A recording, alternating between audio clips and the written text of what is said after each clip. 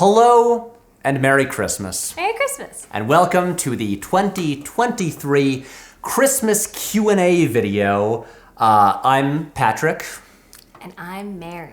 My sister who only appears in one video per year. I exist once per year. Yeah, we gotta remind people that I'm not an only child. That's right. And so we're gonna do what we do every year. Mm-hmm. We're going to sit in front of the Christmas tree in our parents' dining room and answer a bunch of questions that got sent in for me, but also you. Oh, okay. To answer. Nice. What we're gonna do is we are going to begin with questions submitted on our Patreon because it makes sense to give preferential treatment to the people who support me financially. That's true. And I want to note that we're filming this during the daytime this year instead of nighttime. So instead of wine, we're drinking a more daytime appropriate drink, which is Christmas milk. Christmas milk. Equally alcoholic, but I guess a little undercover alcohol because it just looks like milk. Yeah, and now, assuming that you've all watched the Patrick H. Willems Star Wars Holiday Special, you're all probably aware of Christmas milk because it features prominently in the special. Yep. And one thing that I did not mention in the special that I want to rectify right now is that Mary invented Christmas milk. I did. I deserved a credit in the holiday special because it was such an important part. You've all watched it by now, right? You should Right? do it. Anyway. It got me to sign up for Nebula. I was a very terrible sister before now, and I hadn't signed up. But I did, and I used your link. Yay! Yay! Anyway. Be like me. Yeah, be like Mary. Sign up. Okay, we can stop. We'll stop plugging stuff Yeah, now. we'll get to the questions. Anyway, questions. Mary. All right, I'm going to put down Start us off. the milk, actually. Reed Bernhardt asks, hot drink preference, apple cinnamon or hot chocolate? I think they mean apple cinnamon cider is what my guess would be. Yeah. Hot chocolate. I would say cider. You didn't ask me, but I'm answering. Matt, aka Stormageddon, friend of the channel, asks, what was the hardest scene or moment to shoot this season and why? Good question. Okay, I'm not gonna say the time like a year ago during the production of the 80s movies video where I just fully lost my voice for a week and had to like delay production but yeah, that was difficult, but for like dumb reasons. Yeah. Actually, the most difficult moment I would say on a technical, physical level was in the Bollywood episode. The first shot there's the part where we transition to India where I say, we're going to, and then it cuts to India. Yeah. And there's this shot of me riding in an auto rickshaw, like down a street with the camera following alongside me. This was such a hard shot to get. This was like basically the last shot we got on the whole trip. Yeah. I told you about this. Yeah. Auto rickshaws, those little like 3-wheeled taxis. They call them tuk-tuks in Thailand, and I feel like Americans generally think of them as tuk-tuks. They'll call them tuk-tuks, but Yeah. They're autos they call them, India. yeah, auto rickshaw is the full name, but autos for short. So they don't have those in like the center of Mumbai. They only kind of have them on like the outskirts. And so I saw them for the first time the day that we went out to Film City, the like studio complex. And I was like, that's it. That's the first shot. Like this is the shot that I want. And so a few days later, Siddhant and I went to like a different part of the city, actually near Shah Rukh Khan's house, which is also kind of like along the coast, where they have a lot of autos there. And we tried to get the shot. And the tricky thing about this shot is that most of the auto drivers, they don't speak English, but they also don't speak Hindi. They speak, I can't remember what language. Marathi, maybe? That might be it. Yeah. And Siddhant speaks Hindi, but not Marathi, if that's the language. To communicate like what we needed to do for the shot where everyone had to move, Siddhant would talk to the driver of his car, who would translate to this other driver, and Siddhant would speak to this driver in Hindi to translate it to Marathi. Yeah. So there was like all these languages going on. Yeah. And so we're just like, I hope he got the directions. But when we tried it that first time, the traffic was so dense, and there would just be things like at some point like blocking one of the lanes when we have to slow down, and we could not get the shot smoothly. And so we came back another day on Saturday morning when Traffic was a lot quieter. And then, thankfully, we were able to get the shot on the first try. But really, like, as much as I, conceived the shot, Siddhant, like, produced it and organized it and physically operated the camera. So he did most of the work. And deserves most of the credit. But yeah, that single shot, I think it took multiple days and multiple tries. Yeah. That was the most challenging to get. That makes sense. I think it was worth it. I really like that shot. Oh yeah, it's beautiful. Okay, Sam Arano asks, when are you guest starring on Jetlag? I don't think I am. Here's the thing. I get asked this a lot. And because look, I'm friends with the Jetlag guys. They're in the holiday special, there's like crossover and all of that. The various guests that they've had, like Brian, Joseph, stuff like that. Like I know all these guys. I don't think I actually want to be on Jetlag. It looks stressful. Does it involve traveling around the world? I haven't watched Jetlag. I'm not a great sister. Well, so here's the thing. It seems stressful, and I'm like, my work is stressful enough, and I don't have to deal with catching planes in the nick of time and doing silly challenges in public. But so Dave also gets asked a lot about is he going to be on Jetlag? Yeah. And what Dave and I always say is that our pitch for the way we'll be on Jetlag is that there will, in some season, to be clear, this is not an actual plan. This is just what Dave and I proposed. Okay. That if in some other season, there's a third team, which is Dave and me, and we do not try to win, and we do not do challenges, and we basically just take our time and sleep in and have the luxurious experience. Right, and so it's like everybody's rushing, and then they cut back to you and Dave, and you're sipping on an espresso. Exactly. We're lounging in our bathrobes by the pool, and we're should we get going now? Maybe we'll say Dave and I are the referees. Okay. But yeah. That would be fun. That's how I'll be in Jetlag. But hey, for those who are not aware, I did guest edit 10 seconds of the last season. Wow. The Wes Anderson gag in one episode, I edited that. Christopher Dufford asks, did you have too much of Keanu? I still haven't had enough. Okay, this was inevitable. This is implying about, did we just get sick of doing the podcast and why? But we must appreciate the way that he phrased it. Yes. To be clear, I could never have too much of Keanu. Good. I look, give me all the Keanu you got. What a great guy. I'm as big a fan as ever. John Wick 4, magnificent. I feel like I've said this before, but the condensed answer about what happened with the podcast is that we were recording it, and then there was a global pandemic, and we all went into lockdown, and we always recorded the episodes in person, so we hit pause on it, because my priority at the time was figuring out how to reconfigure the videos to deal with this new scenario where we couldn't make any of the videos that we had planned, because the videos were the priority, because that's what I make a living from. And then once I got back to the city and we got things up and running again, Matt moved away. Jake had children, and I much prefer recording podcasts in person. And so there was these things that everyone was busy with. We weren't all in the same place, and then the more time went on, this is gonna sound like a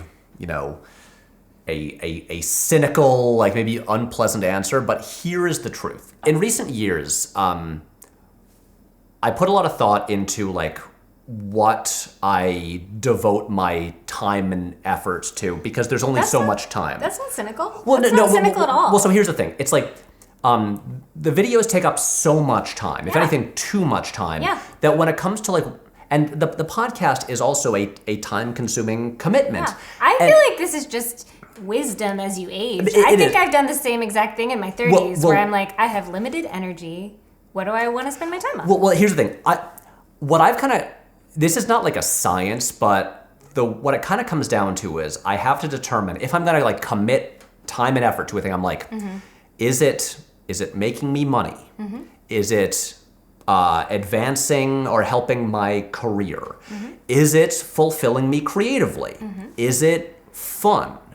And again, not an exact science, but I'm I think these things need to do at least 3 of those things, totally. if not all 4.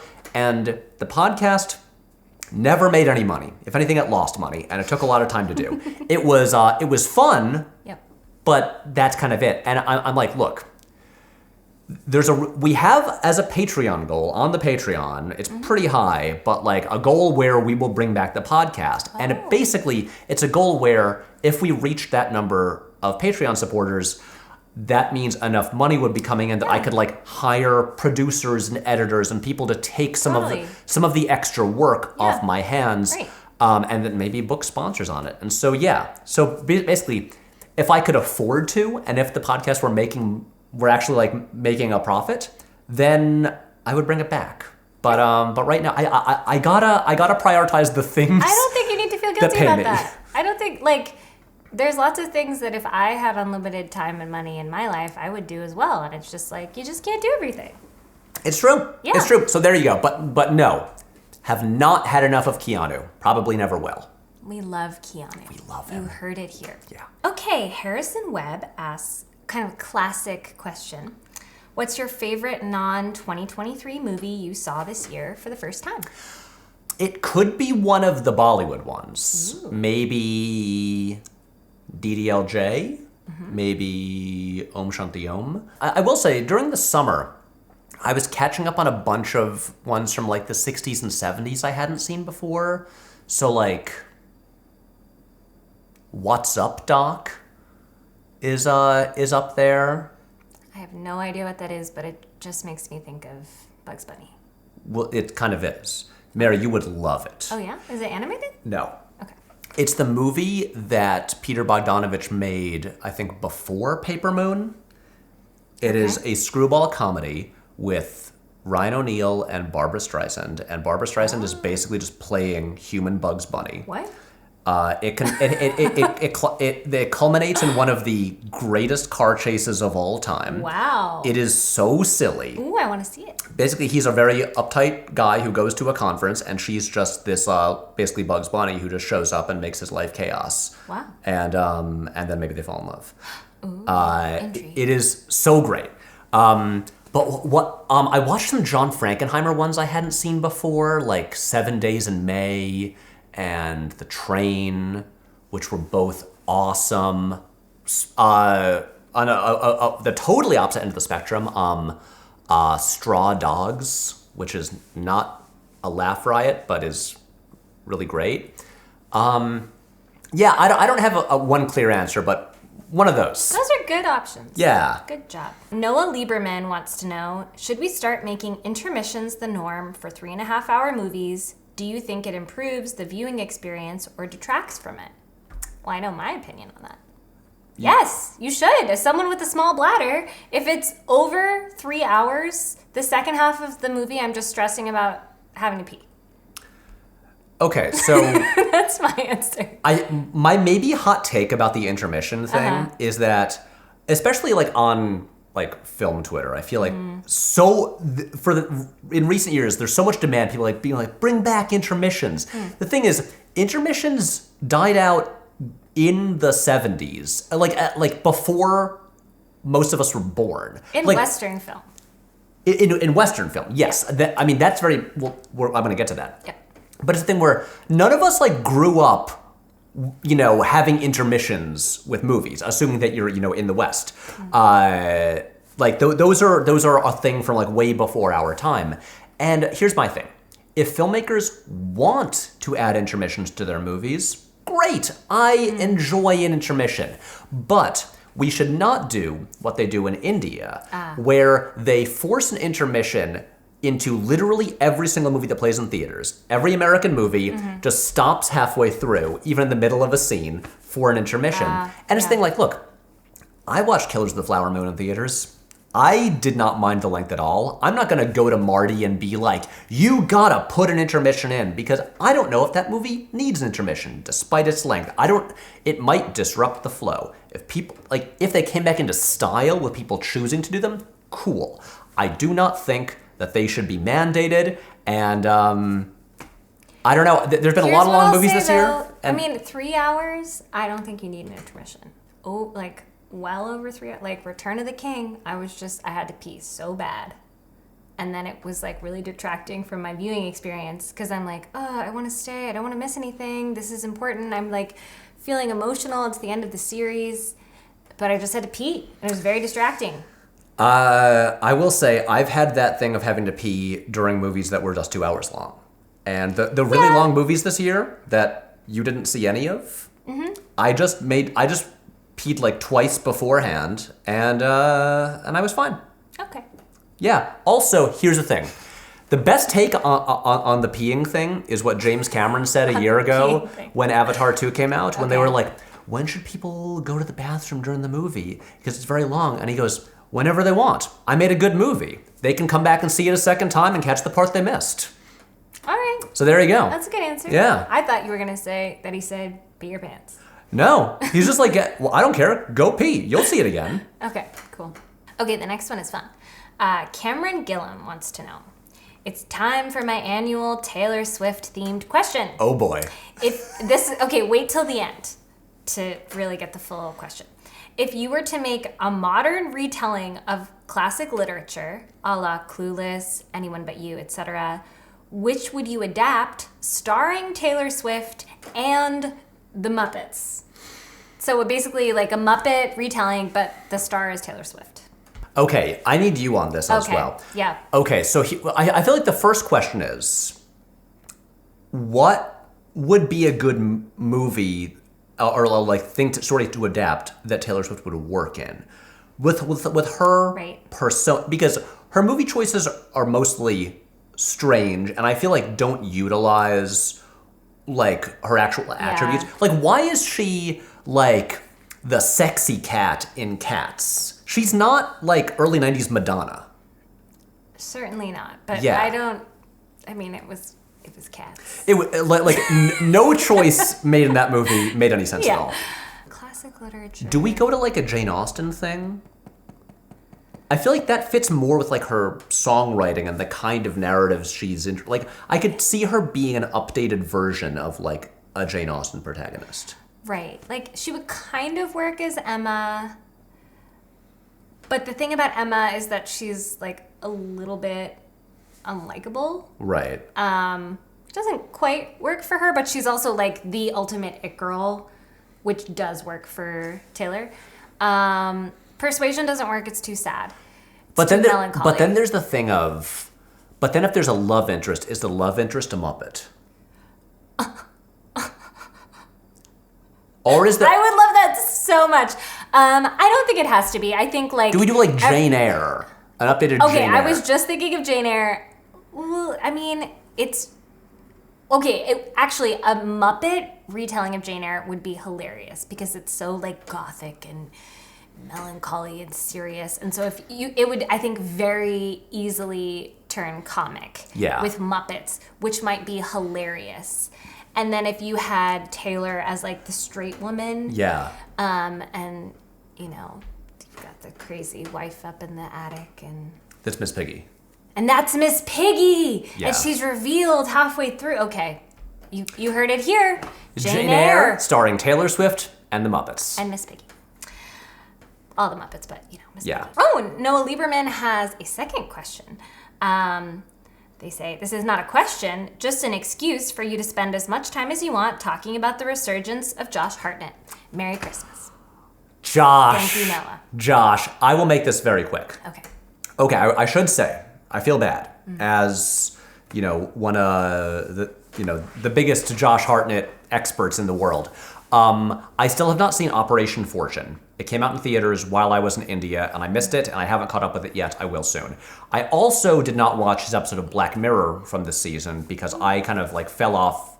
Black Mirror. But Black Mirror was like several years ago. It was just a thing where I don't know if it was some bad year, and I was like, I'm not in the mood for this right now. Black Mirror is dark. Yeah. Anyway, pandemic. but there's an episode that's from the season starring Josh Hartnett and Aaron Paul, and I got to see it. But Josh and Oppenheimer, I was so excited when he was cast in the movie because it's also a payoff to the whole thing of like he and Christopher Nolan talked about Batman like over 15 years ago and it didn't happen, and now Josh worked with Nolan, and then Josh's role is in Oppenheimer is way bigger than I expected, considering there's a million people in that movie. I think he's great in the movie. He's such a fun, warm presence. He's the first person to call Oppenheimer Oppie, which I love. What?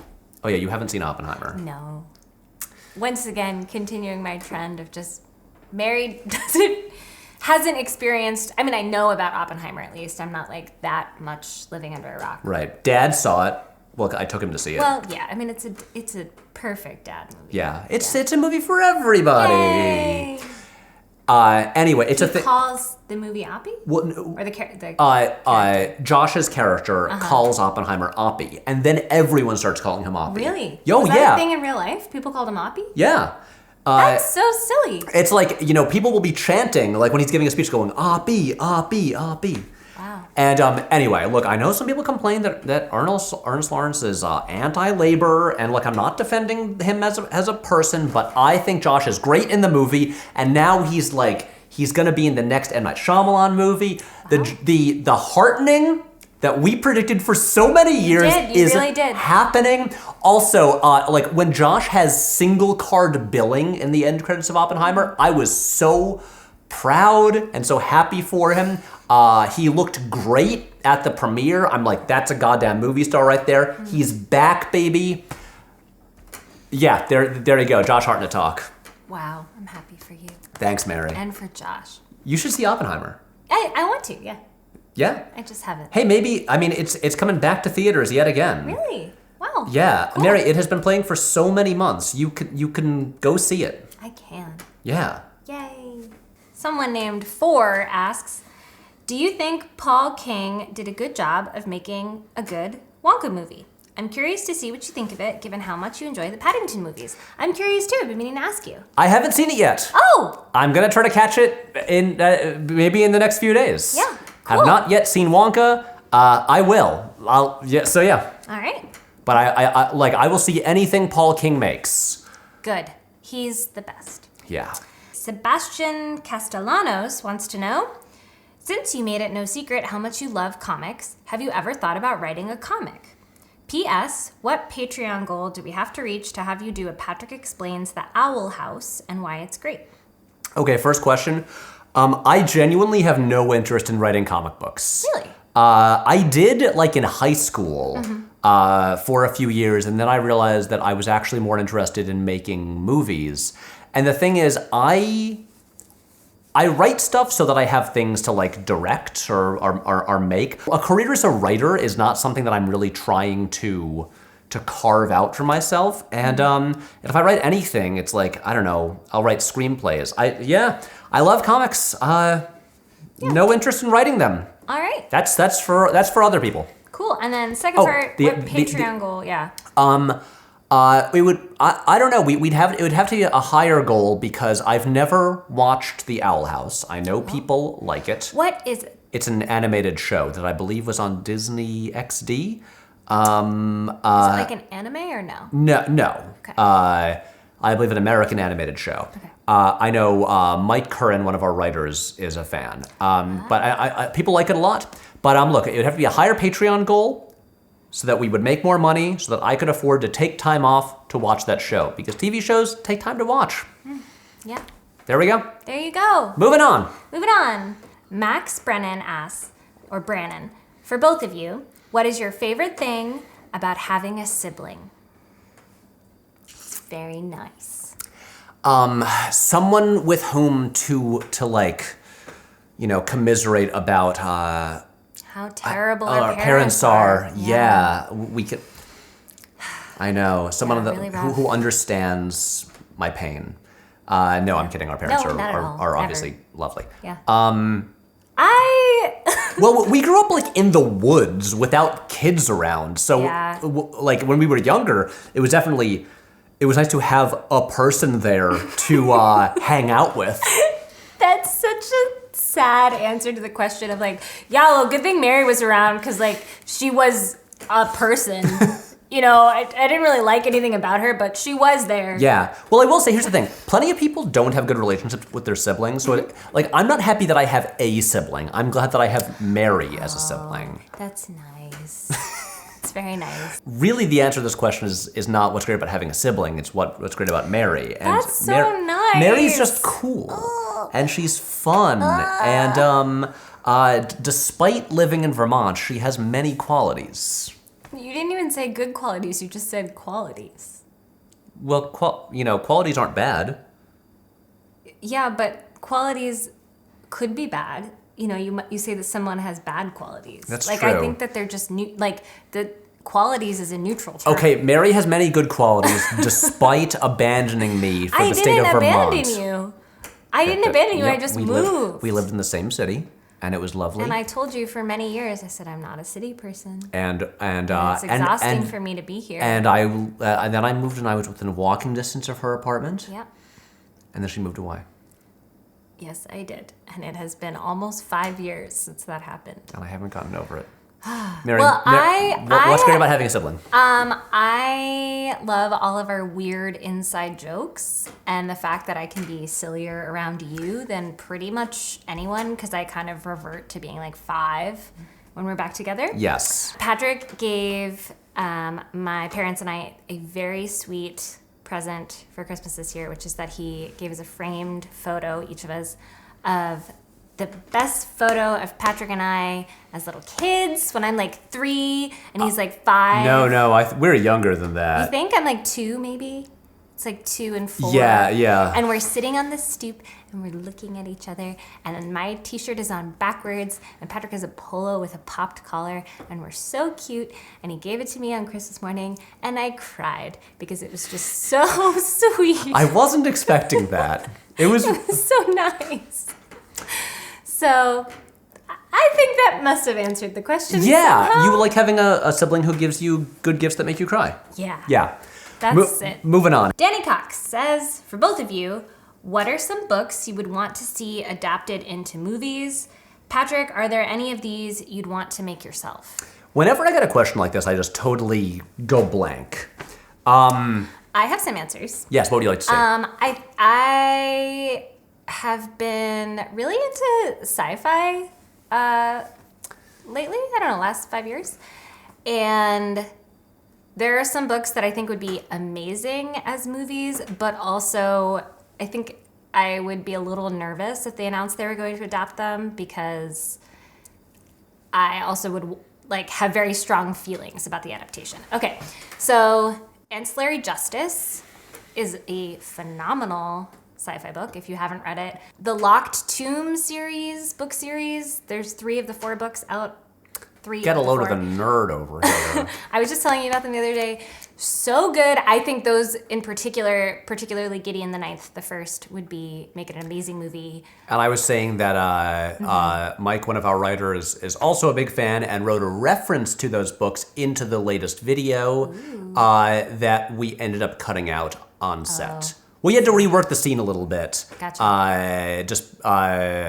And we ended up discarding that part. Gotcha. That's like sword wielding in space kind of murder mystery puzzle solving. It's amazing. Go read it. And then, I had another one. And then I've been reading the Becky Chambers series. That would make a fun movie. It's kind of like if you took like D&D, multi-species characters and they're all on a spaceship and different personalities. But the second one is incredible. What's it called? Can I Google it? Becky Chambers, Becky, not Becky. Mary was like, we need to do shorter answers. And now spends so long monopolizing this whole question for herself. Okay, A Closed and Common Orbit by Becky Chambers, I think would also make a phenomenal book. Okay. Movie. It is already a phenomenal book. I think it would make a phenomenal movie. Those are my answers. Okay, I'll give a shorter one. Okay. I've talked about before how over the past couple of years I've gotten really into old detective noir novels. My favorite of the authors of that era is Ross MacDonald, who writes the Lou Archer books. There were 2 adaptations of those books, both with Paul Newman. They changed his name to Harper back in, one was in the 60s, one in the early 70s. I think there's so much untapped potential, and I would love to see those adapted. Also, one that I've just thought about forever is I'm a big Michael Chabon fan, and for many, many years they tried to make a Cavalier and Clay movie. So good. And were never able to do it. I know Chabon wrote drafts himself. This, to be clear, I do not think I'm the man for the job, but I do just wonder, for like such a big, sprawling novel, is there like a 3-hour or so like big adaptation of it? I think it could work. I think it could be really cool. I think it could work too. But yeah, I'm sure right after we stop rolling, I will think of 5 more. Yep. Louis Parkinson Sykes says, "Hi Patrick, hope you had a good Christmas." I did. Yay! Did you, Mary? Yes. 2 questions. 1, I think you mentioned working on a short film, possibly for Nebula, a while ago. How's that going? In October, Jake, Mike, and I did a little retreat and finished the last draft of the script. Nice. It is, especially once we get back after the holidays, it will be in active development. So yeah, Cool. Things are moving along. Woo. I think the script is looking pretty good. Cool. Second question. I worked my way through Josh Hartnett's filmography this year, listening along with the podcast. Nice. Did you ever manage to watch the short film Member? If not, I can rip the Stories USA DVD I hunted down for my own completionism. Damn, you did a better job than us. Yeah. No, we never tracked it down. I believe, in the last episode of Hartnett, where we covered like the short films and commercials and stuff, we talked about how we couldn't find this one. But yeah, please send it my way. Michelangelo Landgrave, very cool name, asks, who would you cast as Terry in a Batman Beyond live action film? Great question. That's a great question. Mm-hmm. So I've talked about before how if I were to ever direct like a comic book adaptation, the dream one would be Batman Beyond. Yeah. Although it's technically an animated TV adaptation. Yeah. Whatever. I do think, so Terry McGinnis, who becomes Batman, one thing that I do feel pretty strongly about, this is a real like aspect of it being made in the 90s, which I think they would have done it differently today. I don't think Terry should be white. Yeah. Just especially, it's like set in the future, and Bruce Wayne is an old, crusty white man who's a billionaire, comes from old money. Yep. And I'm just like, especially because like the Robins are mostly white. I'm just like, yeah, I think if you want like a young, not to just be like, this is the formula, but kind of like the same thing like with like Miles Morales, where it's like, if you've got like a legacy, like, very like, cis hetero white man, as your superhero, and someone new takes over that role. I think Terry should not be white. The tricky thing about Terry, that is easier to do in animation, is that he is a teen in high school. Yeah. So he has to be young and believably be a teen, but he also has to physically be able to be like imposing enough to be Batman. And that's tough. I do not have an immediate answer for like, who is a young enough actor who also can do it physically. Yeah. He doesn't have to be like a huge hulking guy, but Batman can't look like Spider-Man. Right. But you could just do the classic Hollywood thing of casting someone in their 20s. Oh yeah. Yeah. But ideally you'd want the kind of thing where it's like So like fresh face. Right. Well, you want the thing where it's like you want someone like taller than him, but like Tom Holland is like in his mid-20s, but he looks like a 16-year-old. Yes, he does. Yeah, it's a thing like he's too old now, but like maybe a few years back, like Charles Melton could have maybe done it. I know that. Who's that? Have you seen May December? No, but I watched the trailer. Okay. So, yes. He's the guy in Yeah. that who's like married to Julianne Yeah, Moore. I hear his performance is amazing. He's incredible in it. Yeah. But he played Reggie Mantle on Riverdale for years. So he was playing a teen. and he's really good. And he's also, I think, like physically, I'm just like, yeah, you could put a batsuit on that guy. He wouldn't look shrimpy. You could put a batsuit on that guy. You could put a batsuit on that guy. Yeah, it's something I say about people a lot. Yeah, put a batsuit on him. Anyway, I don't have a clear answer, but yeah, casting that would be tricky. I'll admit it. I don't know, maybe you age him up a little bit, but then you don't get the teen drama. I don't know. I mean, it could be like a college drama. Maybe. It's still like living at home. Yeah, it's tricky. Anyway, I don't know.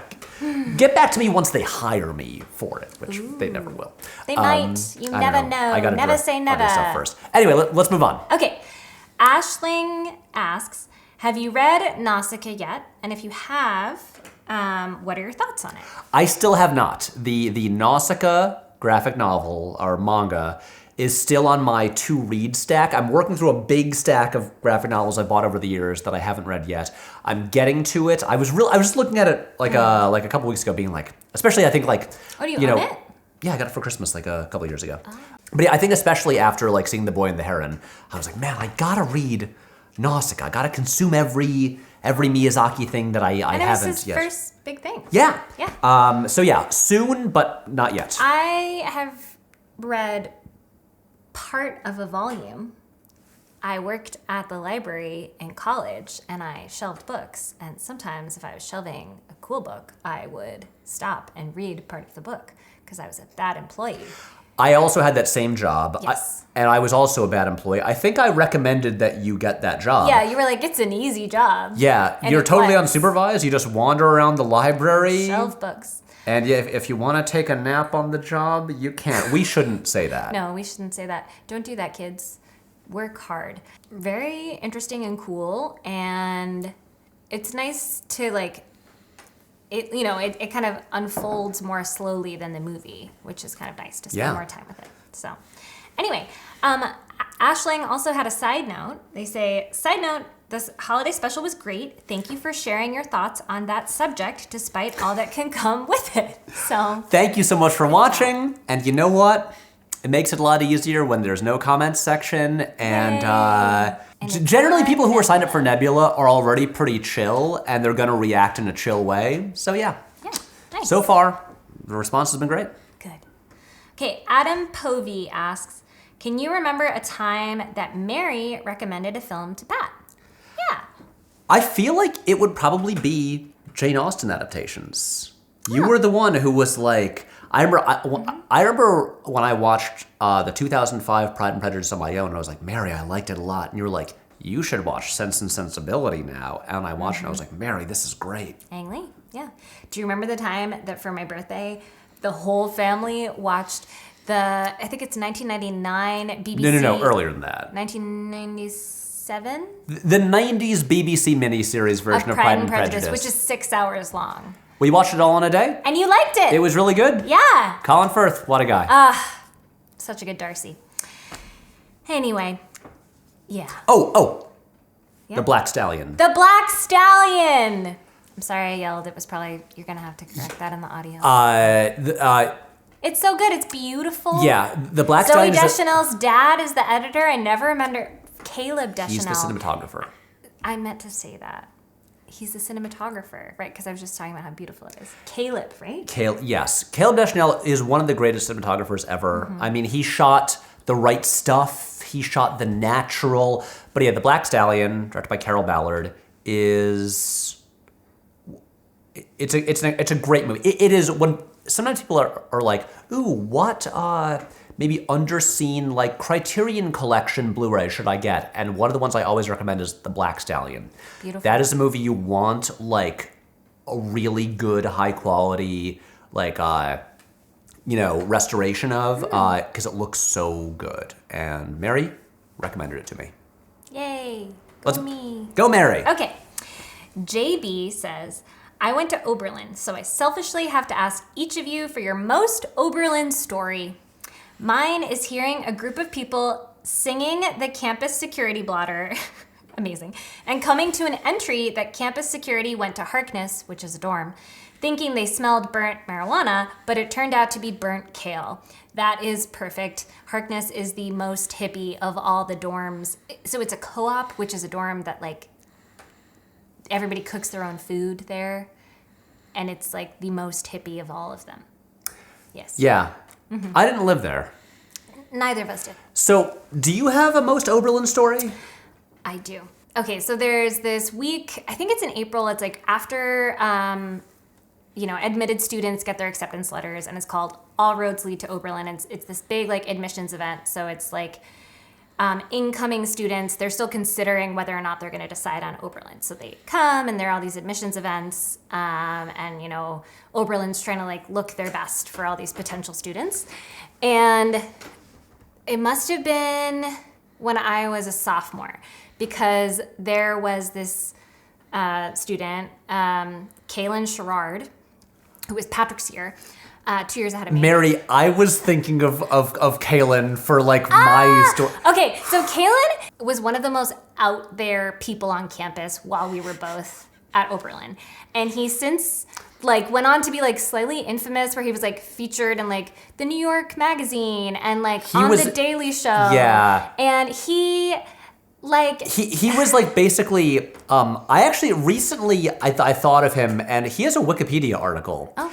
And describes him as like an anarchist puppeteer performance artist. Yes, that's exactly, he's a freegan. He was one of the people who like, freegans. When you at the dining hall, and to be clear, these people all usually come from money and are not and are well off and can afford a meal plan. But they go to the dining hall, and people's trays that they have are like discarding after they finish eating to send back to like have the dishes washed. They go through the trays picking scraps of food off to eat themselves. And I will say that's how Kaylin does it. There's other freegans where I understand it more, where they're like, at like grocery stores throw out perfectly good food, and I'm just like collecting this food that is not even expired. I understand that. That's fine. But Kaylin was definitely one of the more visible peoples on campus, just like very, very out there. So it's the All Roads Lead to Oberlin weekend. My friend Carrie is a tour guide, right? And so she was like, oh, we're so busy today. We're doing all these tours. So Kaylin was an art student and performance art, of course. And so that was... Was this the Beats? No, this was not the Beats. That's a little more horrifying. I won't talk about the Beats. I will.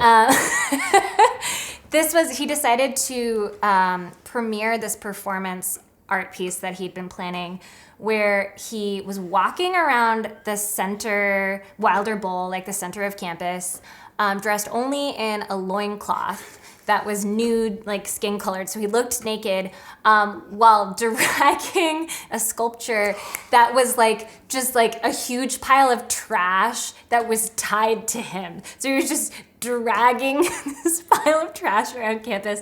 And basically all the tour guides had walkie-talkies. And so then they're all like, messaging each other being like, divert the tours, like we have to pick a new route because Kaylin's in the center of Wilder Bowl, and like we can't have the prospective students and the parents see him. So this guy, to be clear, a lot of wacky stuff happened at Oberlin that was not about this one guy. But I believe our junior year, he was in my graduating class. He did this one performance art piece where he led a group of people where they stood in front of like one of the main buildings on campus. And they all dressed in white. And they ate beets, beets and tomato soup. And then they made themselves all vomit it up like on each other. And it looked like blood. Like it looks like they're vomiting blood. It was very red. Yeah. So then it was like all over their white garb. This was a big thing. And then it was some political... I can't remember what it was meant to express, but no one talked about the message. Everyone just talked about, you hear that those guys threw up beats. But then I remember what was funny was, so Kaylin, he'd be doing stuff like this. And the odds of Kaylin watching this video are slim. So slim. I don't think he watches my channel. We didn't really know each other. But I remember he would always like dress in an eccentric way. And, but then in the week leading up to our graduation, he was dressing like normally, just like in like, t-shirts and jeans. And everyone was like, what's the deal? Why is Kaylin dressing like this? And really, I mean, honestly, beautiful, like, you know, audience manipulation on his part, because that at graduation, where at Oberlin you're not required to wear a cap and gown, Yeah. Kalen wore no shirt with an American flag tied around his neck. Well, ratty overalls. Ratty overalls, yeah, no shirt, And then American flag as cape. a cape. But then the best thing is that my parents and I were sitting in the audience, and we realized when he walked across the stage that we were sitting behind Kalen's parents, who his mom was in like a sweater set and pearls, and his dad was in a suit. And I think I heard them talking, or maybe I heard somebody else say that like his dad is like the dean of some like very prestigious like private high school, like prep school. I think he's from like the Pacific Northwest. Okay, yeah. Anyway, we've only talked about Kalen, but we just had the best stories. I will say, there were lots of other heartwarming stories about Oberlin. I love Oberlin so much. Can I just say, had a wonderful time there. The thing is, if I like rack my brain, I'll think of more stories. But my mind immediately just goes to our dad's stories, because our dad went to Oberlin, yeah. and our dad was literally just sharing a story a couple days ago. I'll tell the very condensed version. Yeah. Where at the time that my dad went to Oberlin in the 70s, it was a dry town, so you couldn't buy alcohol in the town. And he and his friend were going around there just like, man, we want some beer. And then they heard like, oh, Snack Daddy has a keg. A guy at the school who my dad doesn't know his real name. He just knew that he was known as Snack Daddy. So they went to Snack Daddy's dorm or apartment or whatever, and he had a keg of beer, and they all got drunk. And then Snack Daddy's like, hey, come up on the roof. I want to wail on my guitar. So they go up to the roof. Snack Daddy plugs in his guitar to an amp, starts like playing an electric guitar, and then at the next building over, other people there have a bunch of bottle rockets and start firing bottle rockets at my dad and his friend and Snack Daddy. Is that how I got the idea about bottle rockets? Yes, that's it. And then my dad and his friend are all like ducking for cover behind a couch that was on the roof. Of course. And so anyway, Oberlin in the 70s sounds a wild place. Like more exciting than it was when we went there. Yeah, we just had Kalen to add excitement. Exactly. Anyway, Oberlin. Dallas Taylor says, how are the 1940s noir novels treating you? Read any other novels you loved this year? The noir novels are going great. Obviously, I was talking about Ross MacDonald. I recently read my first Mickey Spillane novel, which is very fun. It is just everything cranked up so hard, and it really seems like you see why Mickey Spillane is like the Rosetta Stone for like Frank Miller's work. And I actually just finished reading the book Bodies Are Where You Find Them by Brett Halliday, which is what Kiss Kiss Bang Bang is very loosely based on.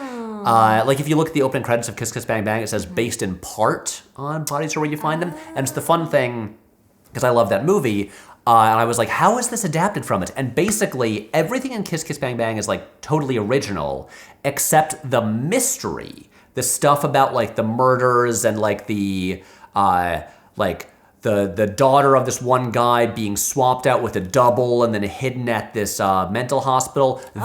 He just took the mystery elements from this one book. And so it's fun to see just like that same, like the mystery plot line, but in a totally different book. Other novels I read this year, I'm trying to think. I read a lot of nonfiction this year, but Heat 2 is so good. Oh. I loaned my parents Heat 2. My dad read it twice. Yeah. My mom read it once. Yeah. My parents then just became big Michael Mann heads. Yeah. Anyway, crime book's going well. Nice. All right, Chris Dillon says, hope the Willems clan had a great Christmas. We did. My cue is for Mary, me. What's been your favorite of Patrick's videos this year? I think that definitely my favorite was the India video, the Bollywood video. Yeah, that makes sense. It was so impressive and so well done. And for me personally, it was very exciting. I did a semester abroad in India, in South India in Tamil Nadu. And I never thought that Patrick would ever go to India. You were there and it was like, Patrick would hate it here. Well, Well, also, Tamil Nadu is a different place. For instance, no toilet paper where you were. Yes. Lots of toilet paper where I was. Yes, very different. I mean, Mumbai is like, a very large metropolitan city.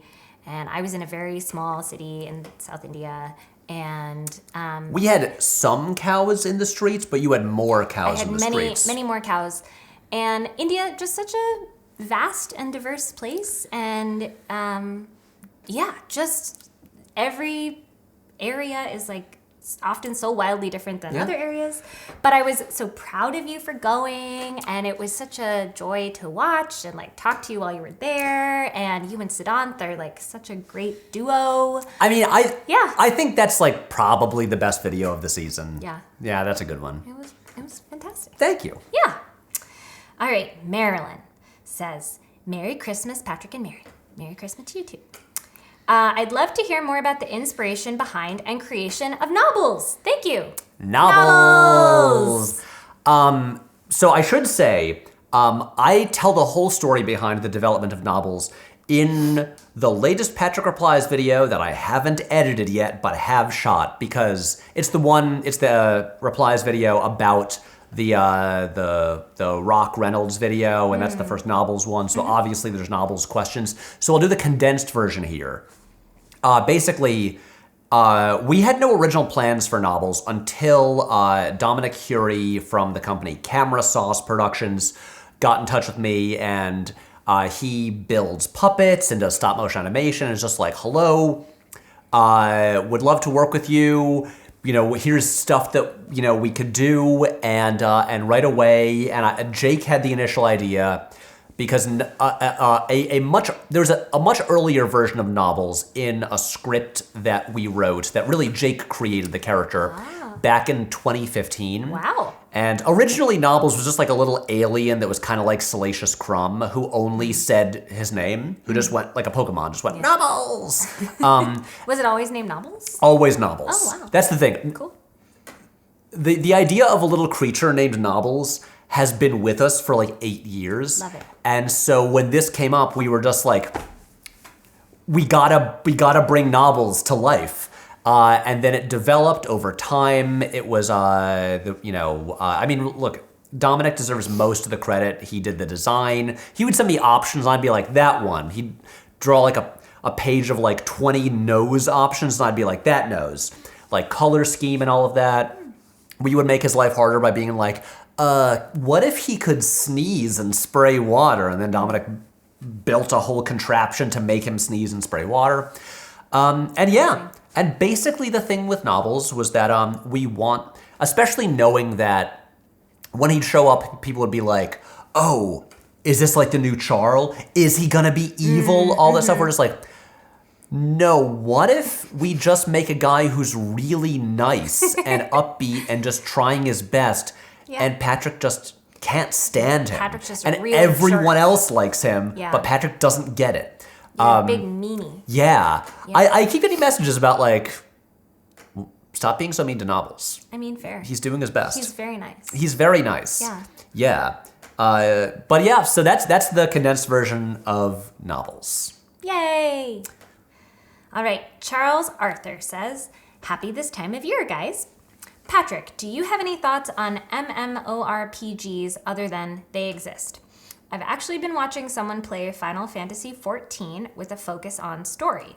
Dan Floyd of Playframe, if you're curious. And it's opened my eyes to a fascinating way to deliver a narrative.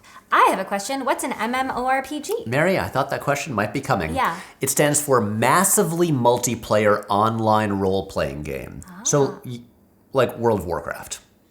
Oh. It's not my cup of tea. I'm not going to yuck anybody's yum. Those. It's not my thing.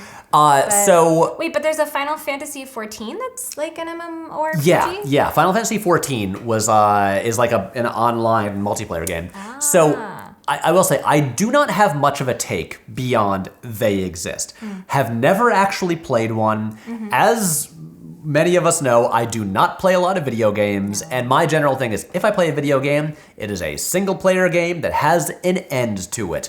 A game that can just like kind of go on infinitely forever is not really what I am drawn to, because I don't have a lot of time, and those just take time forever. Yeah. I will say, I can totally understand how an MMO can be a cool storytelling medium, Just the idea of like, you are one of countless people that populate a world and things happen in the world, but you are not at the center of these things. Like I remember when the Matrix Online was a thing, and just as like a Matrix fan, I would, I would like follow updates about like, oh, things that are happening in the universe through the game.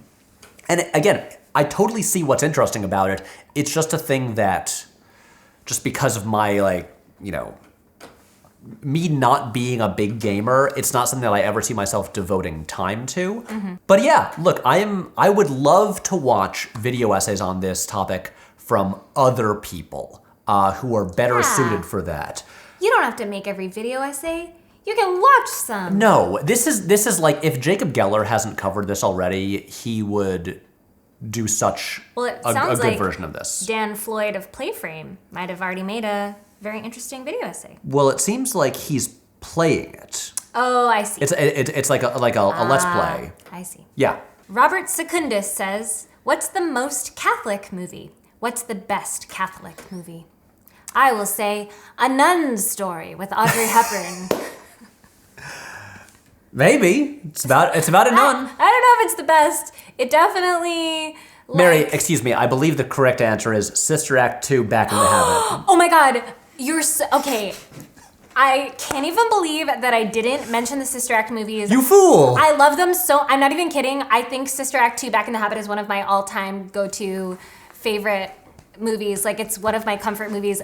Don't you wish that Mary had her own channel? Yes, Miss Lauryn Hill. She's a great actress. We don't talk about it enough. She gives a fantastic performance in that movie with depth, layers, and her mom is played by the actress who just won an Emmy last year for Abbott Elementary. Anyway, it's so good. Go watch that. A Nun's Story starring Audrey Hepburn. Much less fun, but more serious, and about Cheryl Lee Ralph. Cheryl Lee Ralph, yes, is amazing in Sister Act 2 and Abbott Elementary. A Nun's Story, more so about like revealing kind of the. It's not so dark. It's not like the Magdalene sisters, but it's like, the inequity, especially for nuns, women, and the Catholic Church. Another interesting Catholic movie. I think I just have watched a lot of these.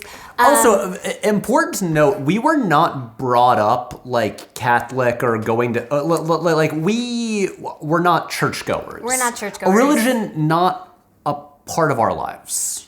I'd say culturally, because of our mom being Irish and our Irish family, like around a lot of Catholicism, but not personally Catholic. But also to be clear, like our mom is not a practicing Catholic. No, but she went to Catholic school for Yes. a long time. The Trouble with Angels from the 1960s, starring Hayley Mills, the star of the original Parent Trap, is a fascinating movie about two troublemaking teenage girls at a Catholic school, and the nuns are always like disapproving and like, you're being so rambunctious. And then, but it's like, haha, they're like sneaking cigarettes and all these things. And then, plot twist at the end, Hayley Mills is like, I've actually decided to become a nun. And you're like, what? I remember, because it was one of Mom's favorite movies growing up. And then she showed it to me and I was like, oh, this is so fun. And then at the end I was like, Mom, what? And she was like, I know, it's weird. Wait, okay. I did not expect you to have such an answer to this question. Okay, wait. Obviously, there's an obvious answer to this. The best Catholic movie of all time, The Sound of Music. The Sound of Music. I mean, Maria is a nun. Can I just say very quickly, most Catholic movie, I don't know, The Ten Commandments, The Passion of the Christ, those are very Catholic movies. Are they specifically Catholic, though, or are they Christian? I think they might just be Christian. I don't know. Best Catholic movie, I'm gonna slide in and say Terrence Malick's A Hidden Life. It's gotta be Sister Act 2 or Sound of Music. Yeah, never mind. Let's let Mary take this one. What's up next? Okay. Rob O'Connor says, Happy Christmas. Happy Christmas. 1, are you looking after yourself properly? I think I'm doing a pretty solid job. I think you're doing a pretty good job I finished this my year. work like a week before Christmas. That doesn't always happen. We were very proud of you. Yeah. Okay, second part. If not, Or if you ever go off the rails, would Mary give you a baton and put you back in your box? Also, Rob says, greetings and salutations from Waterford, Ireland. Wow, Waterford. Waterford. We've spent time in Waterford. Yeah. Mary, if I was not taking care of myself, would you travel down from Vermont to give me a baton? A baton. I'd put you back in your box. But back in my box. Yeah, I would. Yeah. I would. Thanks, Rob. Thank you. All right, Christopher Ulikny. Apologies if I didn't pronounce that right. It's okay. I whenever I do the replies videos, I mispronounce everybody's name. Yay! Have you read the book Opposable Thumbs about Siskel and Ebert? I was gifted a copy for Christmas and can't wait to start reading mine. They were my gateway into cinema. Many merry happies to you and the team. That's nice. Opposable Thumbs by the great Matt Singer. I have not read it yet, but I'm looking forward to reading it soon because I hear great things, and Matt is an excellent writer. Nice. And we all love Siskel and Ebert. Yay. Soren Hoagland says, now that Arrow has finally made the Black Hat director's cut widely available, have you had time to see it? And if so, did you vibe with it? Mary, what do you think about this? I know everything that is being referenced in this question. I totally know what's being discussed. That's a lie. I just bought the Arrow release of Black Hat a couple weeks ago. I have not had time to watch the director's cut yet. I've never seen any cut of Black Hat, but I've been waiting for a little bit now. Once I heard that there's this director's cut that was like the one that like only aired once on FX, that everyone says like that's the best one. Is Black Hat a movie? Yes. What's it about? It is a Michael Mann movie, okay. as in director of Heat, Yes. Collateral, Ferrari, which is out now. Ah, yes. It was his previous movie before Ferrari. Ah. It was a movie about hacking, about hackers with Chris Hemsworth. Chris Hemsworth. And hacking and like We love hackers. we love hackers. Yeah. But yeah, it was a spectacular bomb. Oh. It was a massive commercial failure. I guess not everybody loves hackers. No, that was a real example of like, it seemed like, oh man, Chris Hemsworth, he's Thor. Now he's gonna be like a classic movie star. He's working with big directors like Michael Mann. Oh wait, absolutely nobody watched this movie. Maybe he's not as much of a movie star as it seemed. I didn't hear about it. Yeah, it also came out in January, which is not A rough time of year. Yeah, a rough time of year. Yeah. I think it was also released like during like a giant blizzard on the East Coast. But yeah, I'm excited to, in the coming weeks, to finally see Black Hat. And I will watch the director's cut first. Yay. Okay, Lauren Damon says, Merry Christmas, Patrick and Mary. Thank you. I am gifting myself a Nebula subscription. Yay! Yes! Use Patrick's link. Questions. What's a movie trope that if you had the power to, you would retire forever? Yeah. What's a trope? I do tend to get frustrated by, even if I'll enjoy the movies, I'll be like, but this one element bugs me. Movies where the plot is like, or like movies where the story is really like, it hinges on a simple misunderstanding or a lie. Oh my god, I can't stand it. Like where Yeah. you know it's Yeah. like this person is deceiving one person for so long, or they're not telling the truth about this thing, and you know it has to get to the point where they will admit the truth, and then the people get mad, and it's I feel like that happens a lot in TV shows in particular, and it like sometimes it like drags out over the course of a season, and you're like, ugh. I would be a little bit more specific than you, and I'd say like, when to clear up the misunderstanding, two people just need to like talk to each other, and they never talk to. It's not like either of them is deceiving. They just like haven't sat down and had a discussion. Yeah, that's very frustrating. When a pretty short conversation can basically solve something, and the movie keeps like refusing to let the characters have that simple conversation. This doesn't ruin movies for me, but it's a thing where I'm just sitting there being less like, just talk. Just talk. Just talk. This could be very simple. But and also, I'm failing to think of any examples. Well, that's okay, because Lauren also has a second question. Haha. She says, a less imaginative one. When you watch a new movie at home for the first time, do you make an effort to totally shut down, phone off, snacks made, etc., and watch the movie straight through? Or do you allow for breaks if needed? I am always curious about this, especially for people who need to watch tons of movies for their jobs. Does it depend on the movie? That's a really good question. Yeah. And it's one that, look, I would love to look cool and be like, oh, absolutely every single time that I watch a movie, I shut my phone off and put it in a different room. I turn off all the lights. I watch the entire thing in one sitting and commit all my attention to it. That is not the case. Honestly, a lot of the time, because of my silly work schedule, I will watch movies in like multiple sittings. Mm-hmm. There are certain things where, for instance, if it's a movie where it's like, okay, this is a classic, or this is widely considered a great movie that I really want to see, and I want to make it a proper viewing, and I should have seen this years ago. For those, I will really try to block off time and if not have sometimes put my phone in airplane mode or whatever, but really commit to it for a couple hours, for the full duration of it. But look, here's an example. Recently, because of the TCM Wine Club, I watched the 1967 musical Camelot, and It is a silly place. I watched Camelot because it was with the TCM Wine Club, and I was fully locked in for the first hour. It's like a 3-ish hour movie. It's a 60s musical. And then I got derailed, had to go do work or whatever. And then it took me 3 days in installments to watch the rest of the movie. Mm-hmm. To be fair, I don't think Camelot is especially good. I think the main cast, Richard Harris and... Oh, Richard Harris, Dickie Harris. Our grandmother in Ireland knew him. And yeah. She called him Dickie.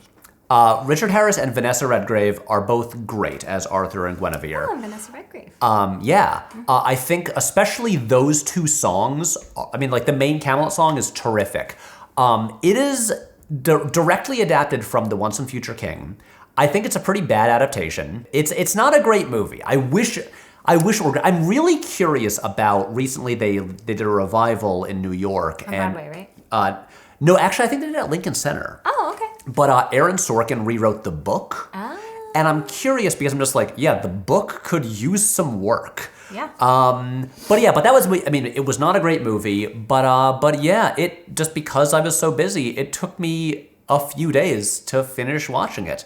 And so it depends. And look, I think the pandemic messed up a lot of us where we just watched so many things in the same room for so long that it just became this awful instinctual thing to there's a scene transition and it cuts to an establishing shot and you're just oh, I'll just check my email right now, and I'll be what am I doing? Why can't I just chill out for 10 seconds? But yeah, really the short answer is it depends on the movie, and this is why I really, especially with revivals of old movies, I really try to see them in theaters whenever possible because I love just being forced to shut off my phone and eliminate all distractions and be forced to watch it in one sitting. Okay, Matthew Brongen, maybe, says, it seems to me the smart decisions for Lucasfilms would be to back off live-action TV shows, uplift more animated ones, Visions is magnificent, but even serial canon ones would work, while focusing on the live action for movies. But more so curious about your initial reactions to post a sequel movie and beginnings of the Force Jedi movie announced, taking into account neither may end up being made, but there at least seems to be a vision for moving forward. It's a little bit confusingly. Okay, I think I can clarify this. Okay. So first of all, it's talking about the Star Wars franchise and what should be done moving forward. I totally agree that I think going so hard into big budget live action television shows is not the right move for it. I think Star Wars works best as movies, and live action Star Wars will always be the stuff that reaches the widest audience. So yeah, I think they should, as much, other than my beloved Andor, which I literally introduced Mary to last night. I showed Mary the first 3 episodes.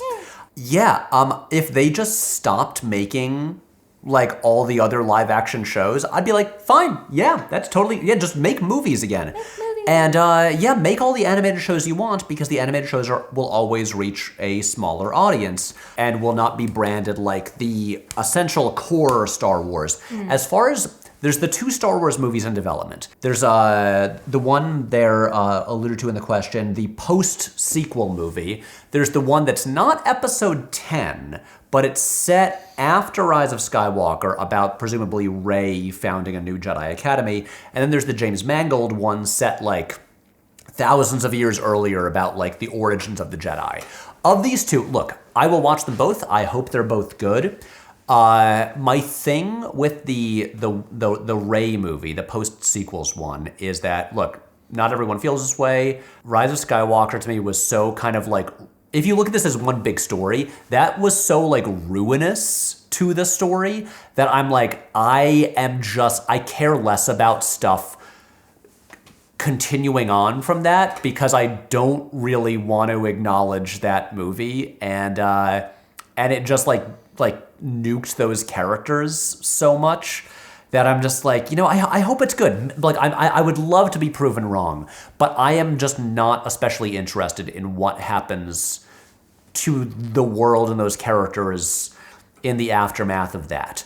The other one, the one set thousands of years earlier, absolutely. Like, what Star Wars desperately needs, and this is why I enjoyed reading that first High Republic book, is just, it needs to break away from like the Skywalker saga and like that 60-year span. It's like, yeah, just get away from all the legacy characters, just make brand new stuff, just, with like the, with spaceships and some lightsabers and that kind of stuff. Just kind of start fresh, because I'm over nostalgia at this point. There you go. No more nostalgia. What are your go-to movie snacks at the theater and at home? At the theater, I'm pretty boring. Popcorn with lots of butter, Coke, and also sometimes I'll just have a little bag of Reese's Pieces. Reese's Pieces. Which is a favorite of yours. Yes. And at home, I often just like eat dinner like while watching a movie, but at home I'll do honestly like a glass of whiskey and like a pint of ice cream. Nice. Also, sorry, that was asked by Samuel Benson. Yes. How about you, Mary? Movie snacks. Definitely at the theater, same as Patrick's, and then at home, it depends. I love snacking. Yes. Lately, a gummy candy. There you go. Yeah. Jordan Bosch says, Merry Christmas, Patrick and Mary. Ma and Pa Willems as well. Given the bleakness of several recent video subjects, what, if anything, gave you hope for the future of movies this year? So this year, you are right. There was some bleakness in the videos this year. As always this year, there were lots of good movies released, but a lot of them were not like super mainstream. Genuinely, the insane, massive success of Barbenheimer gave me hope, just because those were, two, even if like, one is based on a true story, one is adapted from, an intellectual property. Yeah. They were basically original movies by interesting filmmakers who got a lot of creative freedom, and they were incredibly successful. And I'm just like, people went to the movie they theaters. did. Yeah. Of course, I do expect Hollywood's already learning the wrong lessons, because they're just like, oh, more Mattel movies. Bratz dolls movies. Oh, we already got a Bratz movie years ago. No, they're trying to do like an Uno movie. Yeah. Just like a Hot Wheels movie, a Polly Pocket movie, just fucking stupid things like that. But if anything, it's just like, people responded to like the visions, not like the name brand or the property. And that, just seeing those movies do so well gave me hope. Yeah. Yay. Brian Dempsey says, Hi, Patrick. Longtime viewer, first-time commenter. I am curious if you have an opinion or insight into why studios chose to downplay the profits that physical media added to their releases. About 12 years ago, they started doing the digital first release. You could purchase the digital license 2 weeks to a month before the DVD release. It's easy to assume they were trying to have their cake and eat it too. They make money off the purchase and didn't actually have to manufacture the physical copy. But now, as physical is pushed to the side, the digital release is on their subscription platform. Why are they still pushing digital? No matter what people say, they want their favorite movies and shows. Just think of all those Black Friday DVD sales that were picked apart every year until they were taken away. And do you see a way we can reverse the trend of losing physical media? So I think the initial question was why studios chose to downplay the profits physical media added and why they're still like pushing the digital, even though it's on subscription. The thing with the thing with this is I don't think the studios actually did downplay the profits of physical media because I got into this a little bit in the Who's Killing Cinema video, You did? and I spent a lot of time when researching that looking at just sales charts over the past like 20 years for DVDs and physical media, and it like the fact of the matter is that what happened was people stopped buying DVDs. Because of the rise of like video on demand and then streaming, people just stopped buying physical media. It wasn't the studios were like, let's stop making these. People stopped buying them because as much as like big movie fans are obviously, you know, we love owning things and having access to them at all times. We love bonus features and like 4K restorations and stuff like that. But for normal people, the people who are just like casual movie viewers, they just want to watch, you know, things they like as easily as possible. So if they can just click a button and like it's on Netflix, they're just like, that's fine with me. I don't need the bonus features. Those are only for like the like really enthusiastic dorks. And yeah, that's really what it is. You know, people You don't need the bonus features? I need the bonus features. I love bonus features. That's the whole reason that I liked DVDs. I know. It used to be every Christmas we would like hang out here watching like Lord of the Rings extended version like documentaries. It was my most favorite thing. It was great. But yeah, that's really it.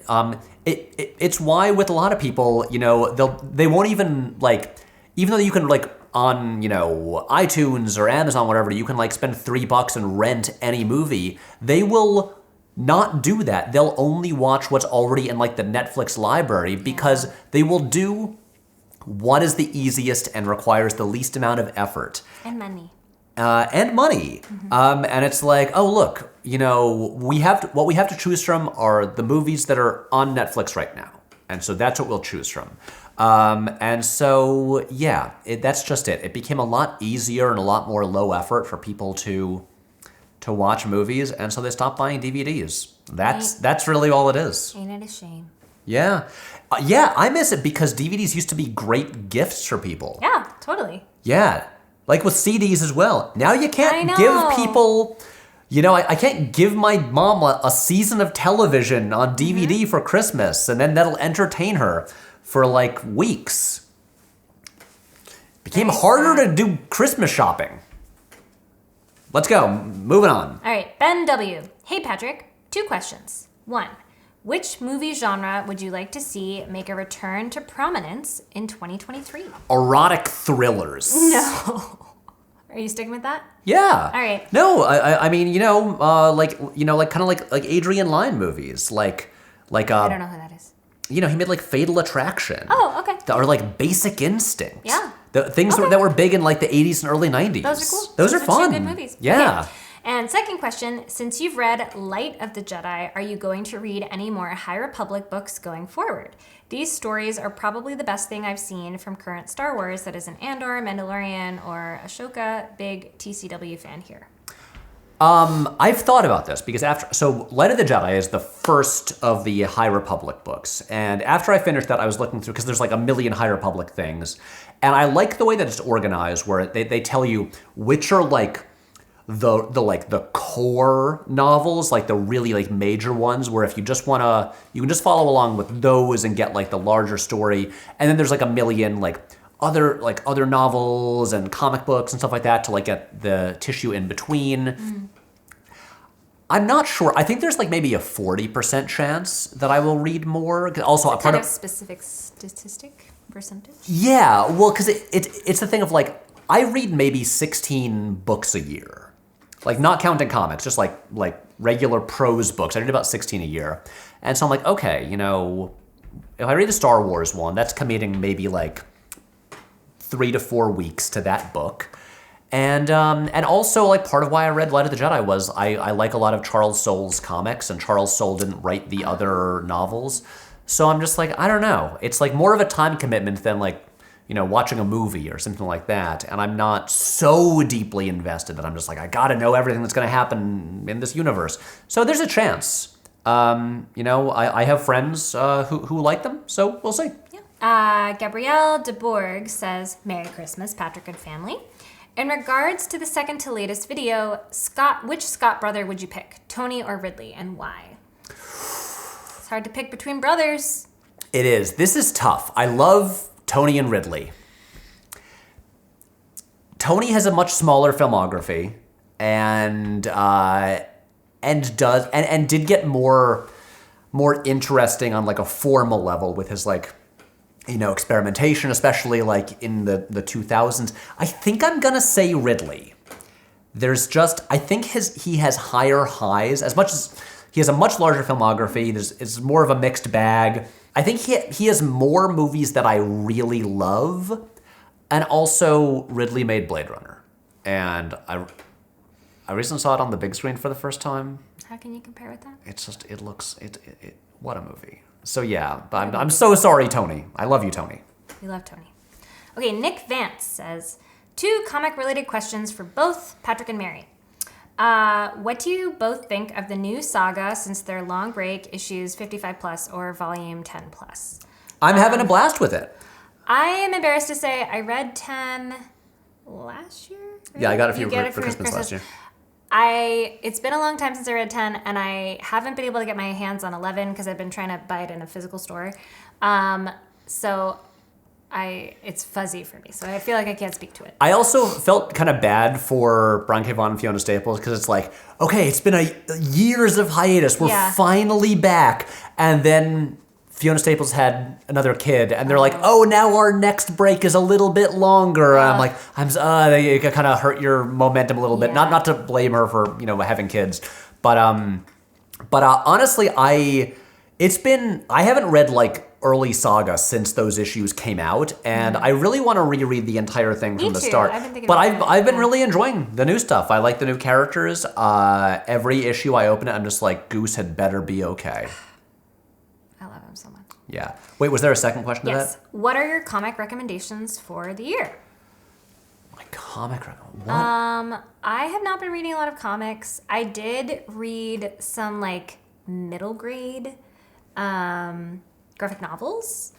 New Kid by Jerry Croft, and I think there are 3 in this series, and they're really great. They're about this like biracial kid who lives in Washington Heights in New York City, and then he's going to like a fancy charter school and dealing with the dynamics of like class differences and like race differences, and he does some really like creative things with the art style. I read it for a grad school class, and I really liked it. Hey! Yeah. I'm trying to remember what comics came out this year. Also, that was not from this year. That's a little bit old. Sorry, I'm literally looking up a list of like comics that came out this year. I recently read Do a Powerbomb by Daniel Warren Johnson, which was really great.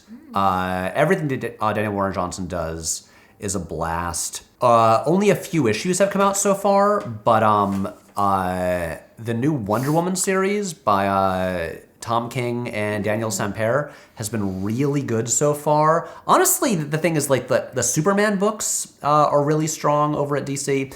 Everything, of course, that Brubaker and Phillips are doing, Where the Body Was and Night Fever were both really great. Yeah, World Tree by James Tynion IV and is it Federico Blanco? That's been really good. What other comics were there, We Mary? gotta keep going, so we gotta move on. We do. Here, read the next question. Okay, Duncan Holland says, hey, Patrick and Mary. Following up on the thread of general mediocrity of action cinema and movie stars from this season, do you think we'll ever have another generation of Tony Scott, Adrian Lyne caliber directors, someone capable of inspiring some actual visual ambition? Yeah, as far as like visually ambitious action stuff, I mean, I think the guy to point to is Chad Stahelski with the 4 John Wick movies. Because obviously those are some of the best action movies of the era. If anything, they've gotten like more visually ambitious as each one has gone on. Like, you know, especially with Daniel Lauston's cinematography. Like you look at the use of like light and color, like in Chapter 4, and it's astounding. Like that is. These are people who like really care about the filmmaking and like the visual storytelling and just it as like, you know, on like an artistic level. Yeah, I think Stahelski is really kind of like the guy carrying that baton forward. And I hope more people, you know, follow in his footsteps. Woo! Okay, Brian Dempsey says, how's your post-crisis Batman reading project going? Also, what do you think of the DC Infinite and Marvel Let's do the Universe first question apps? first. Okay, how's your post-crisis Batman reading project going? It's good. It's a little bit stalled right now because I read through all of Nightfall. DC they published a few years ago like a 9-volume collection of all of the Nightfall stuff. And then, but I cannot find the final volume, Troika. Troika I've always pronounced it Troika. Yeah. But it's out of print. Every copy I find is going for like $150, and I am not spending that on it. If anyone has a copy of the printing of Troika that came out a few years ago, and would, you know, be happy to part with it for a reasonable price, please let me know. Because yeah, I can't really move on past that. And then they're not as like cleanly collected after that. There's the 2 volumes of the Doug Moench, Kelly Jones Batman run. I haven't been able to find volume 1, but I have volume 2. The Chuck Dixon, Graham Nolan stuff is not as well collected. And so yeah, I'm kind of, I think, around maybe like 1994 in my Batman read through, and yeah, stuck on Troika. Cool. What do you think of the DC Infinite and Marvel Universe apps? Have you used them? I have a little bit, but honestly, I much prefer reading physical comics, and so I just don't use those apps very much. I think I probably have subscriptions to both that I should cancel because I never use them and I'm wasting money. Gotcha. Yeah. Okay, we're gonna try and stay short and lightning round. Yep. Okay. It's not a problem, but lovely people on Patreon, you're asking very thorough and thoughtful questions, and it's taking a while. Yeah. Okay, Emily Wild says, hi, Patrick and Mary. 2 questions. 1, if you could put Ethan Hunt in any non-Dead Reckoning 2023 film, what would it be? I don't have an answer. What's your answer? Barbie. Amazing. I think that Ken would have learned a lot of lessons if he had just hung out with Ethan Hunt. Oh, that could have taken some different turns. Okay, 2, what is the Christmas movie family tradition that is most sacred to you? If anything, like, what movie do we watch? I don't think we have like viewing. I think the main Christmas movie family tradition is really, it's an old tradition that we don't do anymore. But I think we talked about this in a past Christmas Q&A. Yeah. Where this was our dad's idea many years ago, like when I was in maybe high school, where we would remake the same short film every year. Where initially me, then recast with Mary. And initially on a camcorder. Yeah, on like an old camera. A giant thing. Rushes downstairs on Christmas morning to see the Christmas tree, and then there's no presents there. No and the ornaments Christmas on the tree. You told us on the day that we would take down the tree, so there'd be no ornaments there. And then the tree topples over onto me, or Mary. Yep. And then it doesn't knock us down, but it just like hits us like in a cartoon way, and then we have like, you know, branches like branches. In our hair. And then our dad is behind the tree, and he has a Nerf gun and says, "Eat Nerf," and then shoots darts at and us. a darts like sticks to our head. And our dad, he conceived all of this, and he's like, I think we should make this. It'll be great. And then we all did it. Yeah, and we're just like, years. Dad, this is weird. This is For basically years. about you just like abusing your children. And we just kept making it. Yeah. And then I took over as I got into filmmaking. I took over, and then I would direct. Became the. But yeah, child, so we would make that deranged movie every year. Every year, yeah. Yeah, so, that's our family. Yep. The Keith says, are there any directors that you feel don't get enough attention and you are just waiting for them to explode in popularity? Probably. That's your answer? Yeah. I don't know. I can't. Who's a director? Who's a director? Aki Kaurismäki, who I just saw Fallen Leaves the other day. I think this Finnish guy who makes little 80-minute long comedy dramas is really gonna blow up and take the mainstream by storm. I have no idea. That'd be cool. Okay, William Price, friend of the channel. Friend of the channel. Says, this is a question for both Pat and Mary. If you had to make a Saga television adaptation... Everyone's talking about Saga. I do think, obviously, better for... Well, you couldn't make a movie out of it. You'd have to make a TV show. Yeah. Anyway, but so if you had to make a Saga television adaptation but could work with anyone you wanted, who would you cast as Goose and Lion Cat? Also, who would your parents be? So I guess our parents would have to be in the show. Okay, I have no idea. It would have to be voice actors. I don't even know. I don't know. It would be funny to have like a surprise like A-list. I think Lion Cat should be Gillian Anderson. Oh, that's really good. Yeah, I'm really good. Yeah, that's really good. Yeah. And Mary, how does Goose sound? So cute.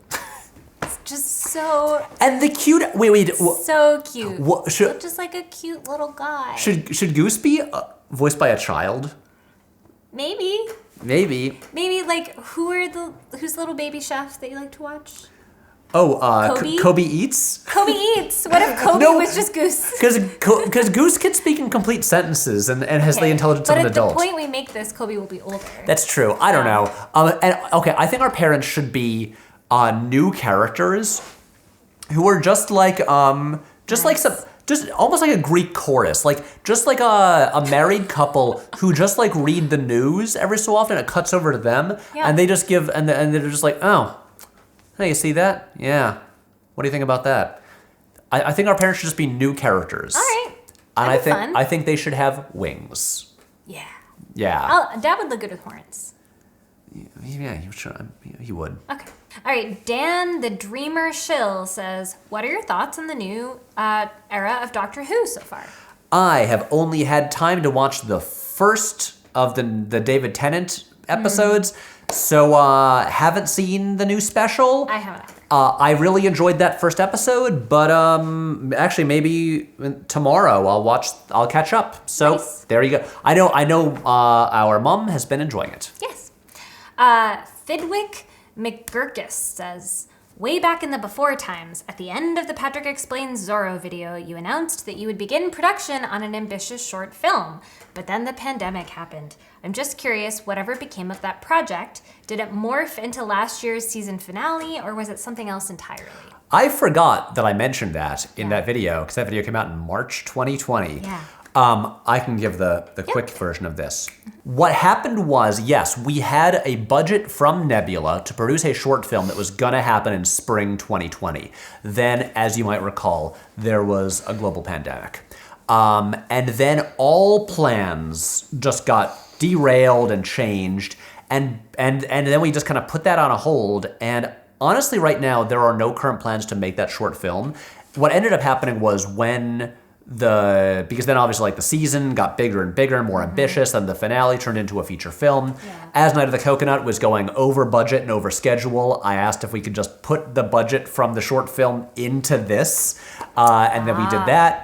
And honestly, I was talking recently with Jake about the script for that short film, but and I was saying like, I think I still love the idea, but I think the problem with the version of it that we had written is it needed to be expanded and become a feature, or be condensed and be more of a short film. It was kind of in this in-between area. I could see that. But as I think I've already mentioned here, we have a new short film that is a proper short film that we have a finished script for that we're gonna make in 2024.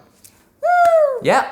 Cool. Okay. Sean Gillum says, Who do you think will be the next actor like Keanu to have a big renaissance in 2024 and beyond? I know we're all thinking of our boy Josh, but I'm sure there's plenty of other actors out there just as deserving of a comeback. Speaking of Josh Hartnett, I think he'd make a really great Brave and the Bold Batman and can't wait to see him get bigger roles in the future. You know who I was just thinking about? Who? Adam Brody. Adam Brody is having a renaissance right now. He is? Yeah. That's wonderful. I love him. No, Adam Brody. He was my big crush in early high school. I mean, Seth Cohen. Adam Brody is currently having his career's in a really fun place right now. If you haven't seen the movie The Kid Detective, it's really good. You recommended that. I haven't seen it. Yeah, and he's been doing a lot of interesting TV stuff. He was in Mrs. America. He's in a couple of episodes of that. He's really good in Fleischman is in Trouble. Cool. Adam Brody has. Yeah, I'm gonna say Adam Brody. I've been so happy seeing what he's been up to the past 4 or 5 years, and he's in the Shazam movies. Oh. He finally gets to play a superhero. The Brody-sance is here. Nice. Oh wait, was there another part of the question? No, that was it. Oh. You know what? Josh totally could be a good Batman, especially like a 40-something Batman. Yeah. Yeah, could happen. Okay, Brian Dempsey asks, would you consider yourself a cat person or a dog person? Mary, same question. I'm gonna sound like a monster here. I'm gonna alienate my whole viewership. I'm not a huge pet person. I'm allergic to cats and dogs. Yeah. And I know there's hypoallergenic ones that I could get, but I don't really have any great desire to have a pet. I think I'm a bit more of a cat person, but not to the extent where I intend to have a cat.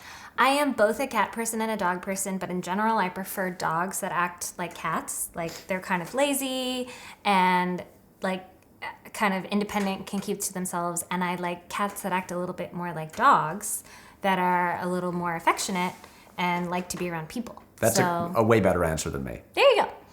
Let's keep going. Yeah, David Dunlap says, hi guys, hope you had a great Christmas. We did. did.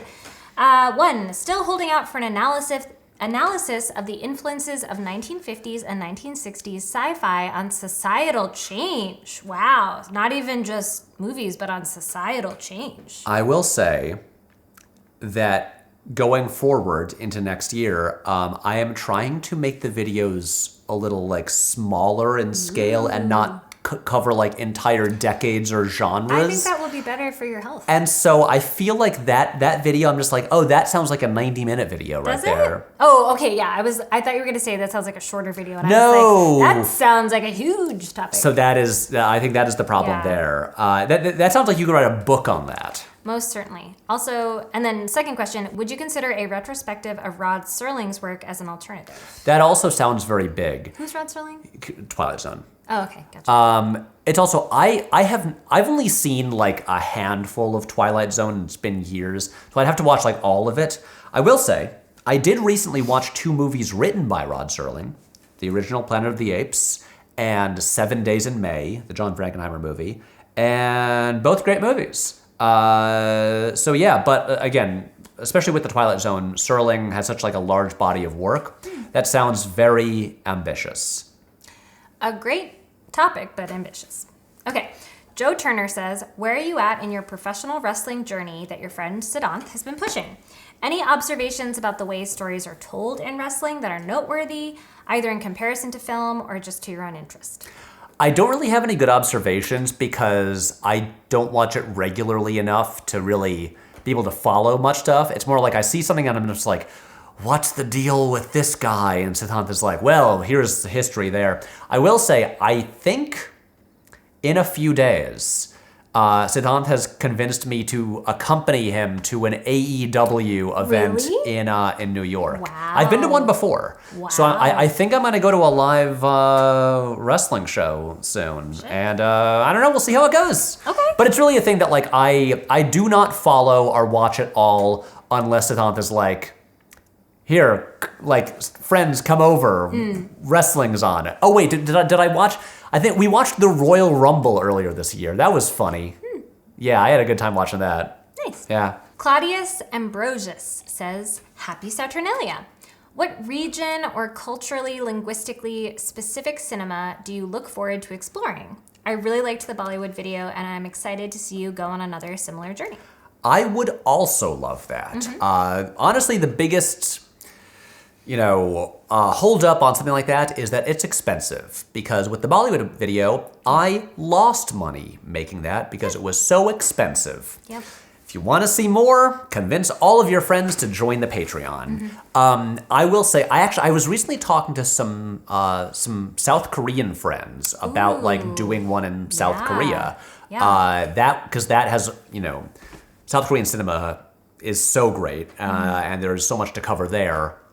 That's an option. There's a lot of like Mexico would be one. Ooh, yeah, cool. Japan would be a really fun one. Those are ones where I've seen more of those than I had of Indian cinema. Right.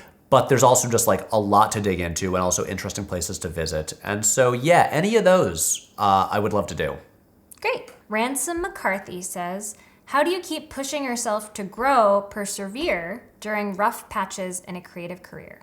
With rough patches, I'm wondering, does that refer to, lack of success? Or things like are the projects not working out? Or are you is it your feelings about it? I would say any rough patch that feels rough for yourself, where you're either I'm feeling really burned out, or I'm feeling frustrated that none of the recent videos seem to be connecting with people or being seen. Yeah, I think that's really the point to kind of step back and kind of re-examine things and just try to make something smaller that you really care about. Yeah. That means something to you that you're that you're not trying to, you're not making it because you think it'll get views. Yeah, right. You're only making it for yourself.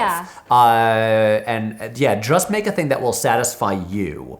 And then I've found that then often that energy will then extend to the rest of the work, and you'll be able to okay, I have a new perspective on this. Ooh, now what if I make the other stuff kind of the way that I did this little one that was just for me? Good answer. Yeah, I hope that makes sense. Yeah. Yeah. Look at this. We're just burning through these. Okay. Peter Marino says, will we ever get a Miyazaki filmography? So I'm assuming this means a video about his whole filmography, I did. That also sounds like a 90-minute with Michael video. Bay or Coppola.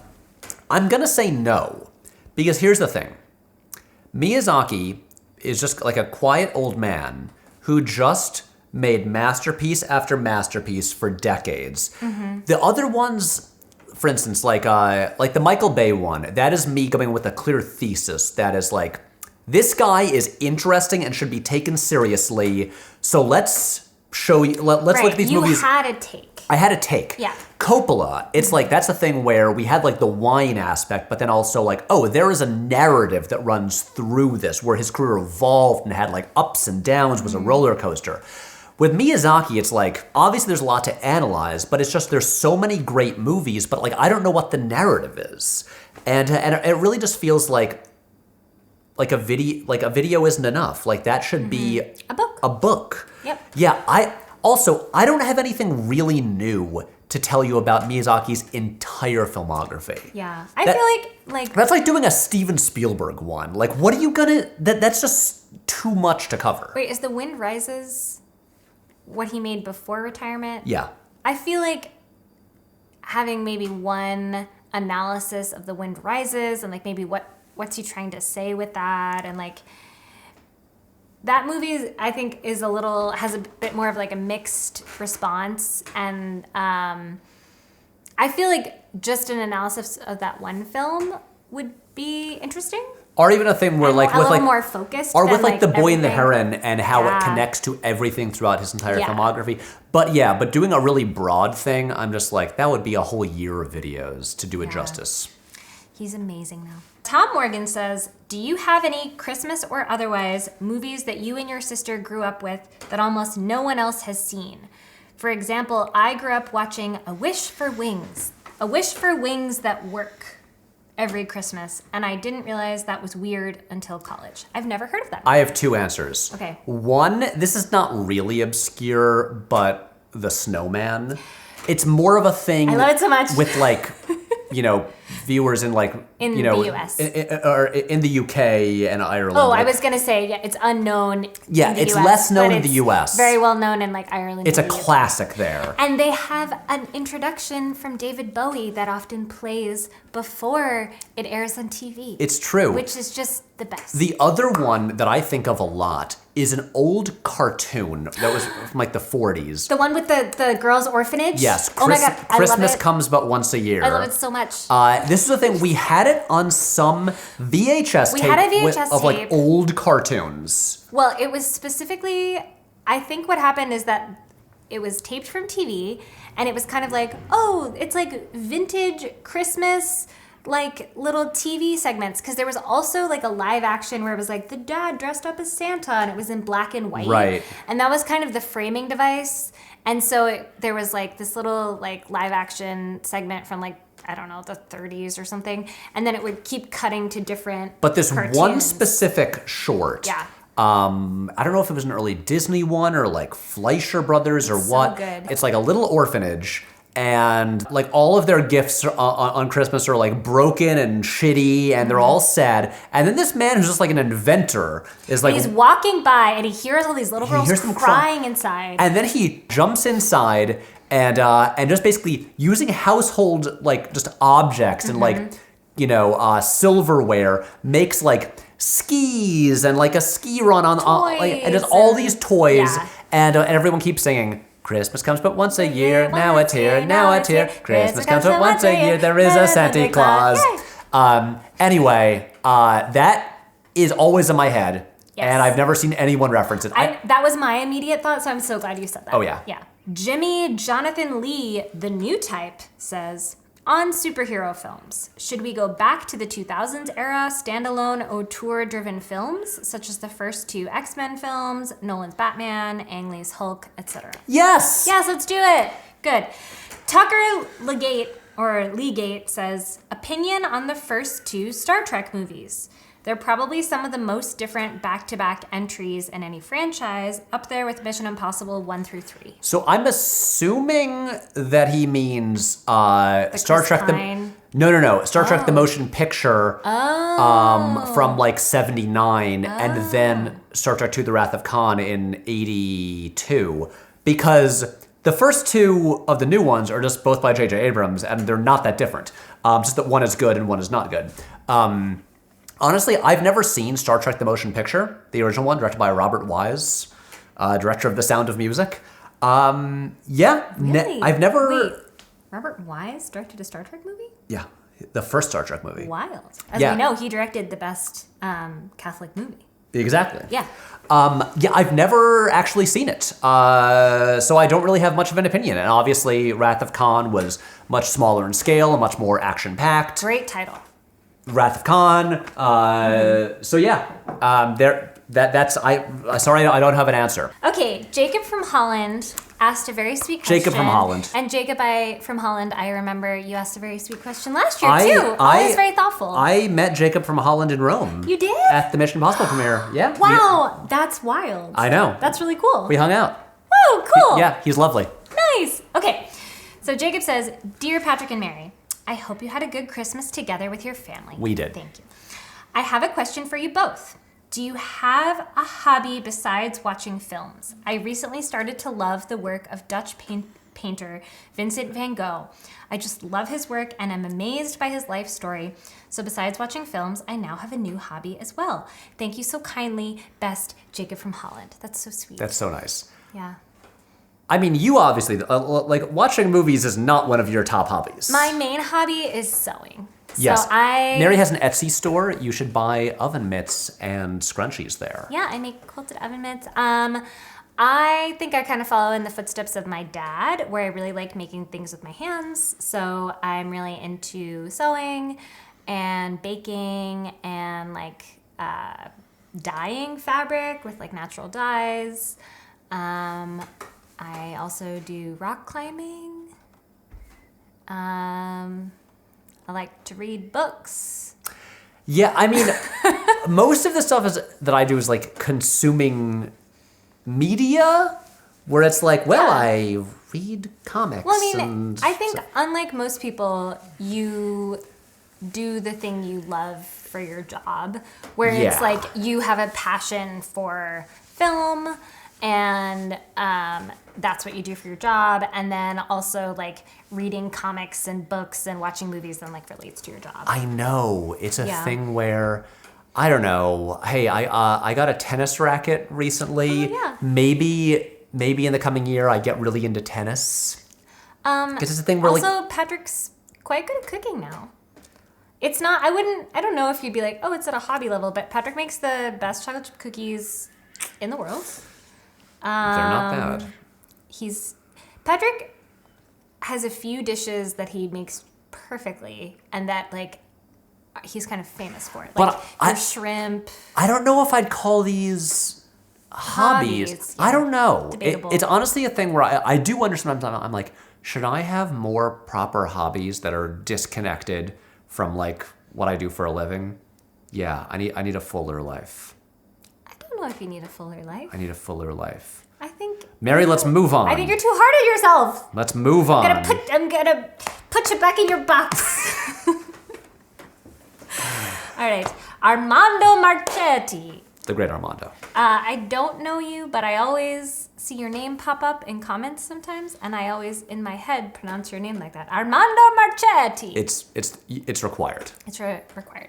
Okay, so Armando says, I was pleasantly surprised to see a lot of behind-the-scenes footage for The Killer being uploaded by Netflix on YouTube after the release. That's the new David Fincher movie. Thank you for explaining. Couldn't help but wonder, why didn't they put it on their own platform as extra material instead of dumping a few short clips on YouTube?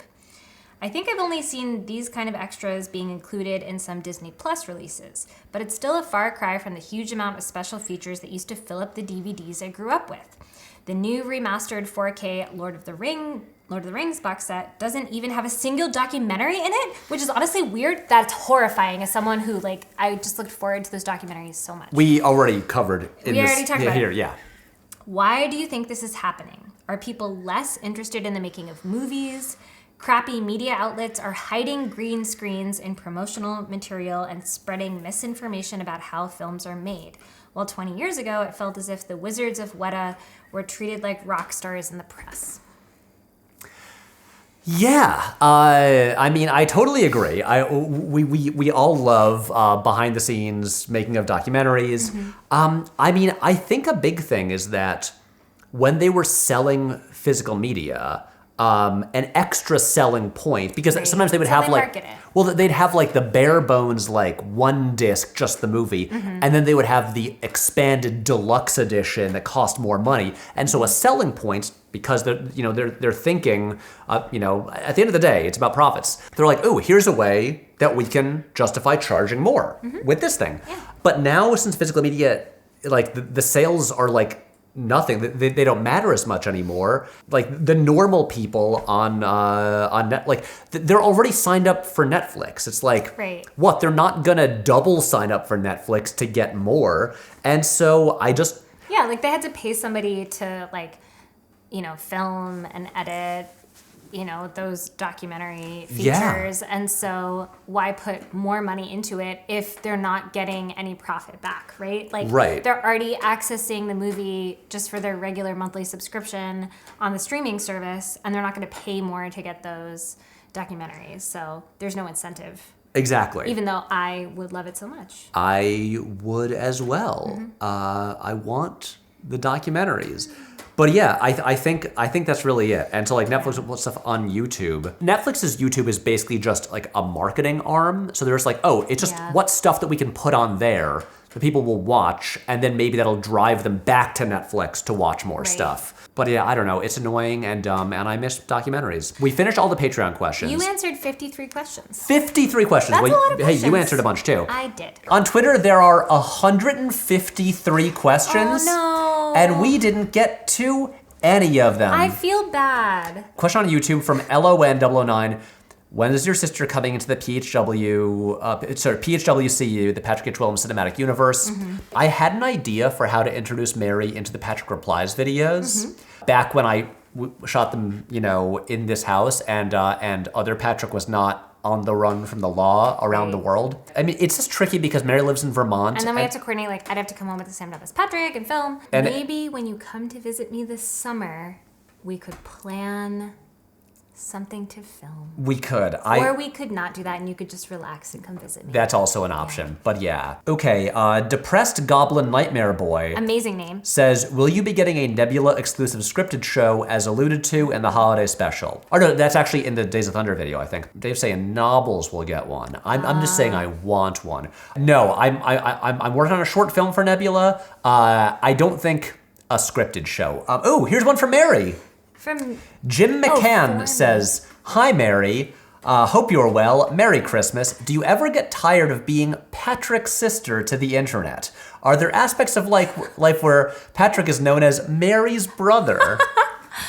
I mean, I think just in your day-to-day life, Yeah. I am your brother. I think, to my friends. It's not like I'm really famous, and so everyone's on the street being like, oh, Patrick's sister. I think what's very funny is that Patrick is very, like, niche famous. I'm not famous.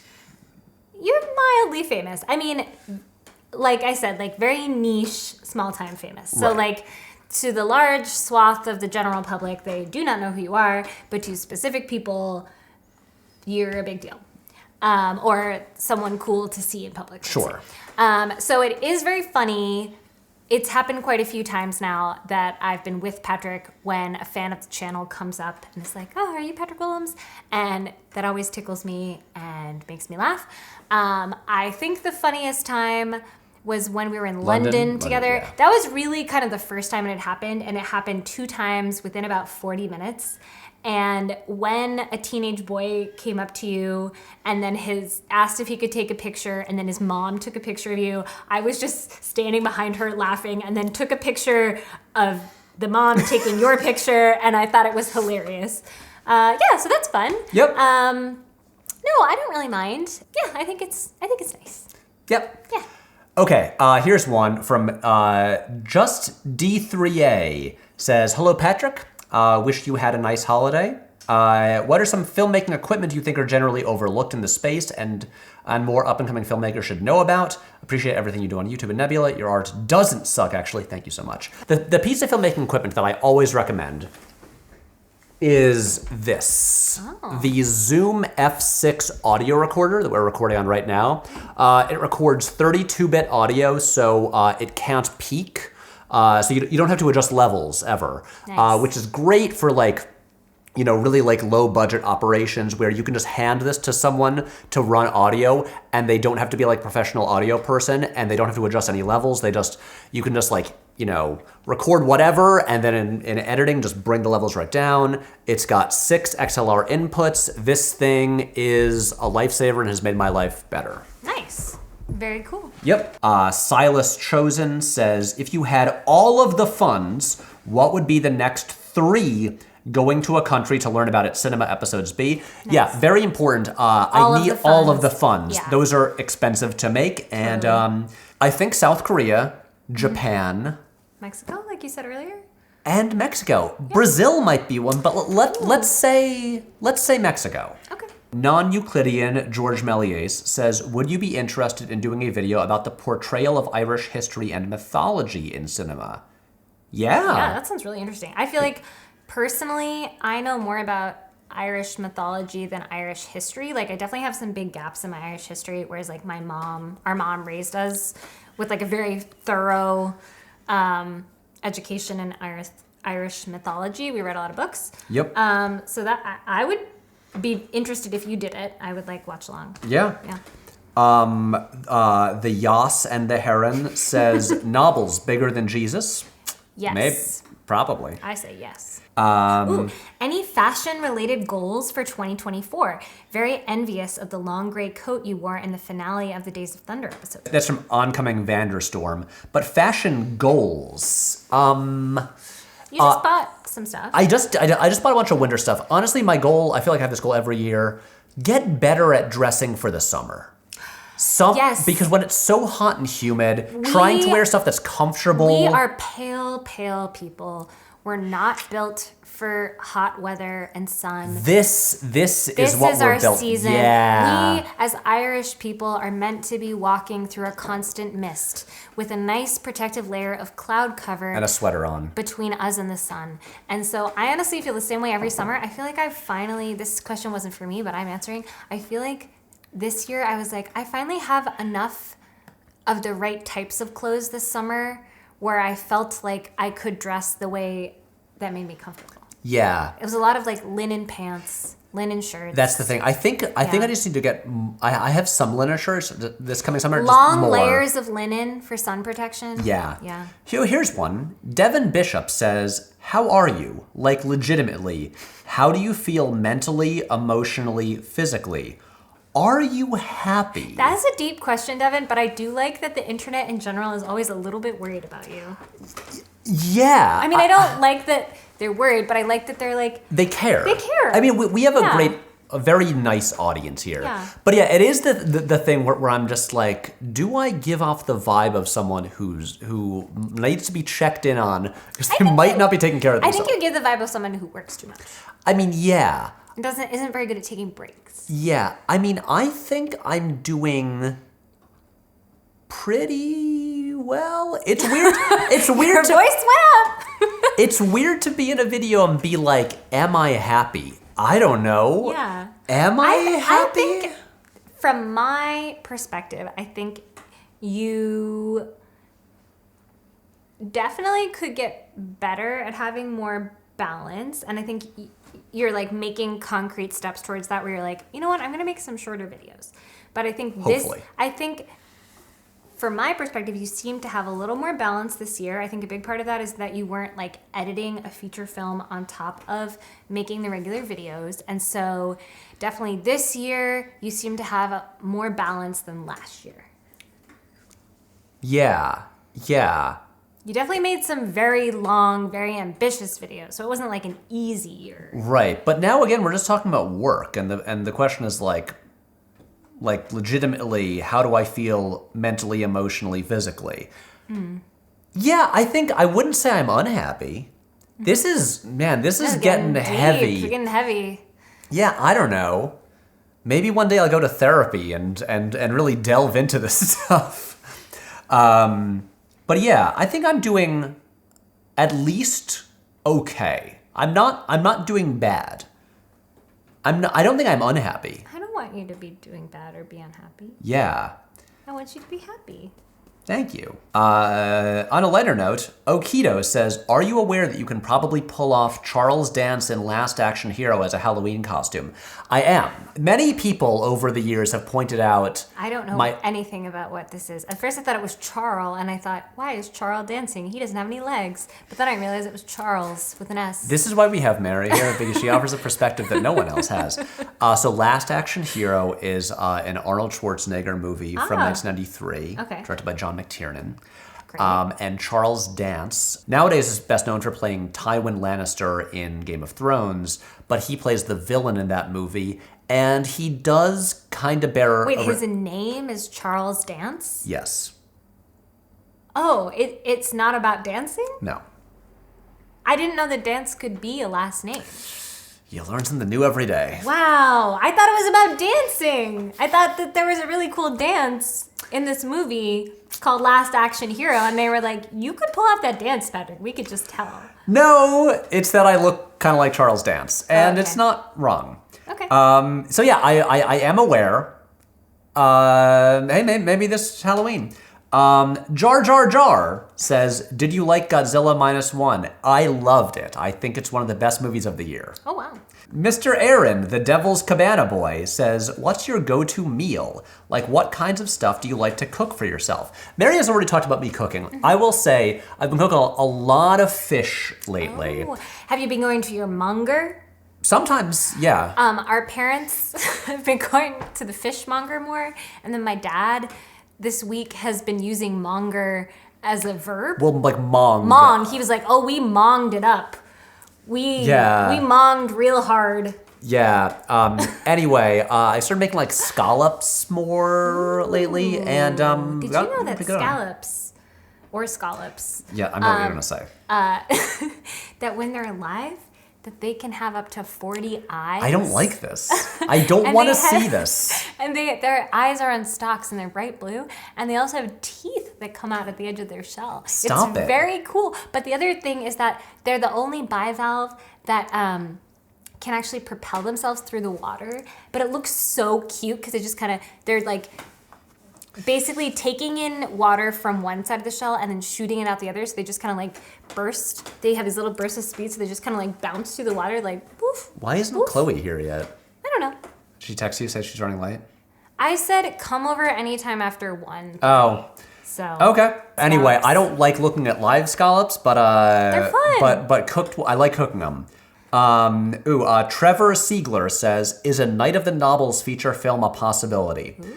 Look, I know Novels Mania is sweeping the nation, but I'm going to say no, because for narrative film projects going forward, whether they be shorts or features, they will be original and not connected to the larger narrative of the channel.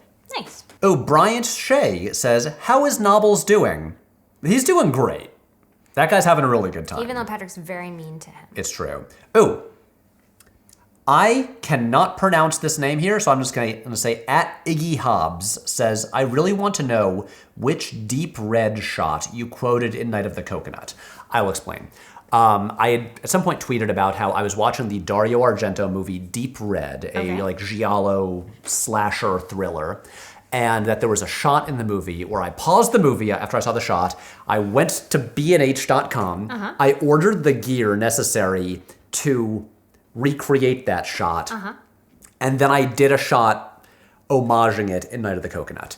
It is such a quick shot and not one that anyone would ever think of. There's a shot near, I think in the last scene of Deep Red, where the killer is like gonna stab somebody and the camera is mounted, is like attached to the knife. And so it's like moving with it straight down. And I was like, that's really cool. And so for the climax of Night of the Coconut, for Chloe's final hit, when she swings the hammer to hit Charles, I got a clamp and a friction arm, so I could build this thing. I think I took a photo of it. I'll put a photo of it here. The camera has like an arm extending from the bottom of it with the hammer clamped to it. So then when I would swing the camera, the hammer would be like fixed in the center of the shot, not moving, but the background would swing by. And so yeah, no one would ever think, oh, that's an homage to Dario Argento. But yeah, that was it. That's the shot that I took. Cool. Ben asks, who is Adam and why is it so important he doesn't become canon? Look, if you're asking this on Twitter, all the information you need is there. Since that joke mostly played out on Twitter over the years, look, Adam makes a non-canon appearance in the latest video. You can see him there. And it's important that he doesn't become canon because he is a monster who has rudely demanded this for years. And we don't want to teach a bad lesson that by being annoying on the internet, you can get whatever you want. I think he's nice. Skylar Schoonmaker says, do you think Ilsa Faust is actually dead? I traveled to Venice this fall and went to the scene of the crime to investigate it myself. Inconclusive. And he attached a photo. Yes. This is something that I have spent so much time this year thinking about. You haven't seen the new Mission Impossible, have you? Nope. Oh my God. I'd like to see it. Yeah, you could have. I didn't get around to it. It's not like you didn't have opportunities. No, I had opportunities. Anyway, so Ilsa Faust dies in the new Mission Impossible. Tragic. And Very sad. She is maybe my favorite character in the series. I know. I don't know. Of course, there is Dead Reckoning Part 2 to come, which Part 2, which we now know might have a different title. Mary's matching my hand motions. So here's the thing about this. If that is the end of Ilsa Faust, then as much as I am a big fan of Dead Reckoning, I think it's kind of a disappointing way for her to go out. I think she was given the short shrift in that movie. I think if that movie has any flaw, it is the handling of Ilsa. Short shrift is a great phrase. It is. Short shrift. But also, I don't want to fully judge until I see part 2, the second half of the story. Electric Boogaloo. I will say it's also a movie that has an Ilsa death fake out in the first 20 minutes. It is a movie where there is a lot of time given to magic tricks and sleight of hand and things not being as they seem. And so I think highly possible. There's also plenty of evidence there for why her death might also be a bit of a trick. Maybe one that she and Ethan are playing on the entity and Gabriel. Maybe it's one that Ilsa is doing herself. I really hope she's not dead. But so far, as you said, inconclusive. Ellen Pacheco, parody, says, where would you like to work if it wasn't New York City? I mean, the logical place would be LA, but I would rather not live in LA. I love Stockholm, but I also don't really know people there, and I don't want to move to a place where I don't already know a bunch of people. London would be an option. I know people in London. We have family in London. Yeah. For now, sticking around New York City. Lucas is Afraid says, what did you two think of Beau is Afraid? Have a lovely New Year. Peace and love. Mary, I'm gonna bet $100 that you didn't see Beau is Afraid. I didn't see it. Oops. Wait, I definitely know what it is, but I can't remember what it is. Can you tell me what it is? Mary, I will tell you what Beau is Afraid is. Beau is Afraid is the new movie by Ari Aster, the guy who made Hereditary and Midsommar. Oh, no. It is, but it is kind of a comedy. What? It is a 3-hour-long comedy with Joaquin Phoenix as a man named Beau who is very nervous, who is trying to get home to visit his mom. Interesting. And a lot of weird stuff happens along the way. Huh. It is a movie that is not for everybody, that was fairly divisive. I kind of loved it. I thought it was pretty great. Especially the first 40 minutes or so set in the city, which is so funny. But yeah, I was a big fan. I like Beau is Afraid. Another question. Matt Karen says, how is Patrick doing? I think I'm doing okay. Yeah. Let's see. Austenheimer says, will the short films ever make a return to the channel?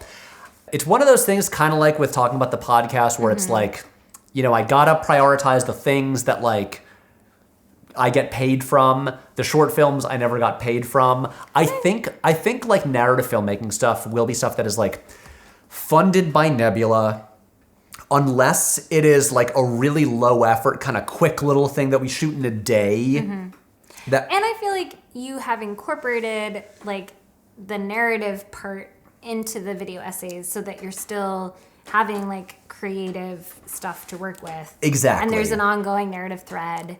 And so, yeah, I feel like you've kind of put the energy into that.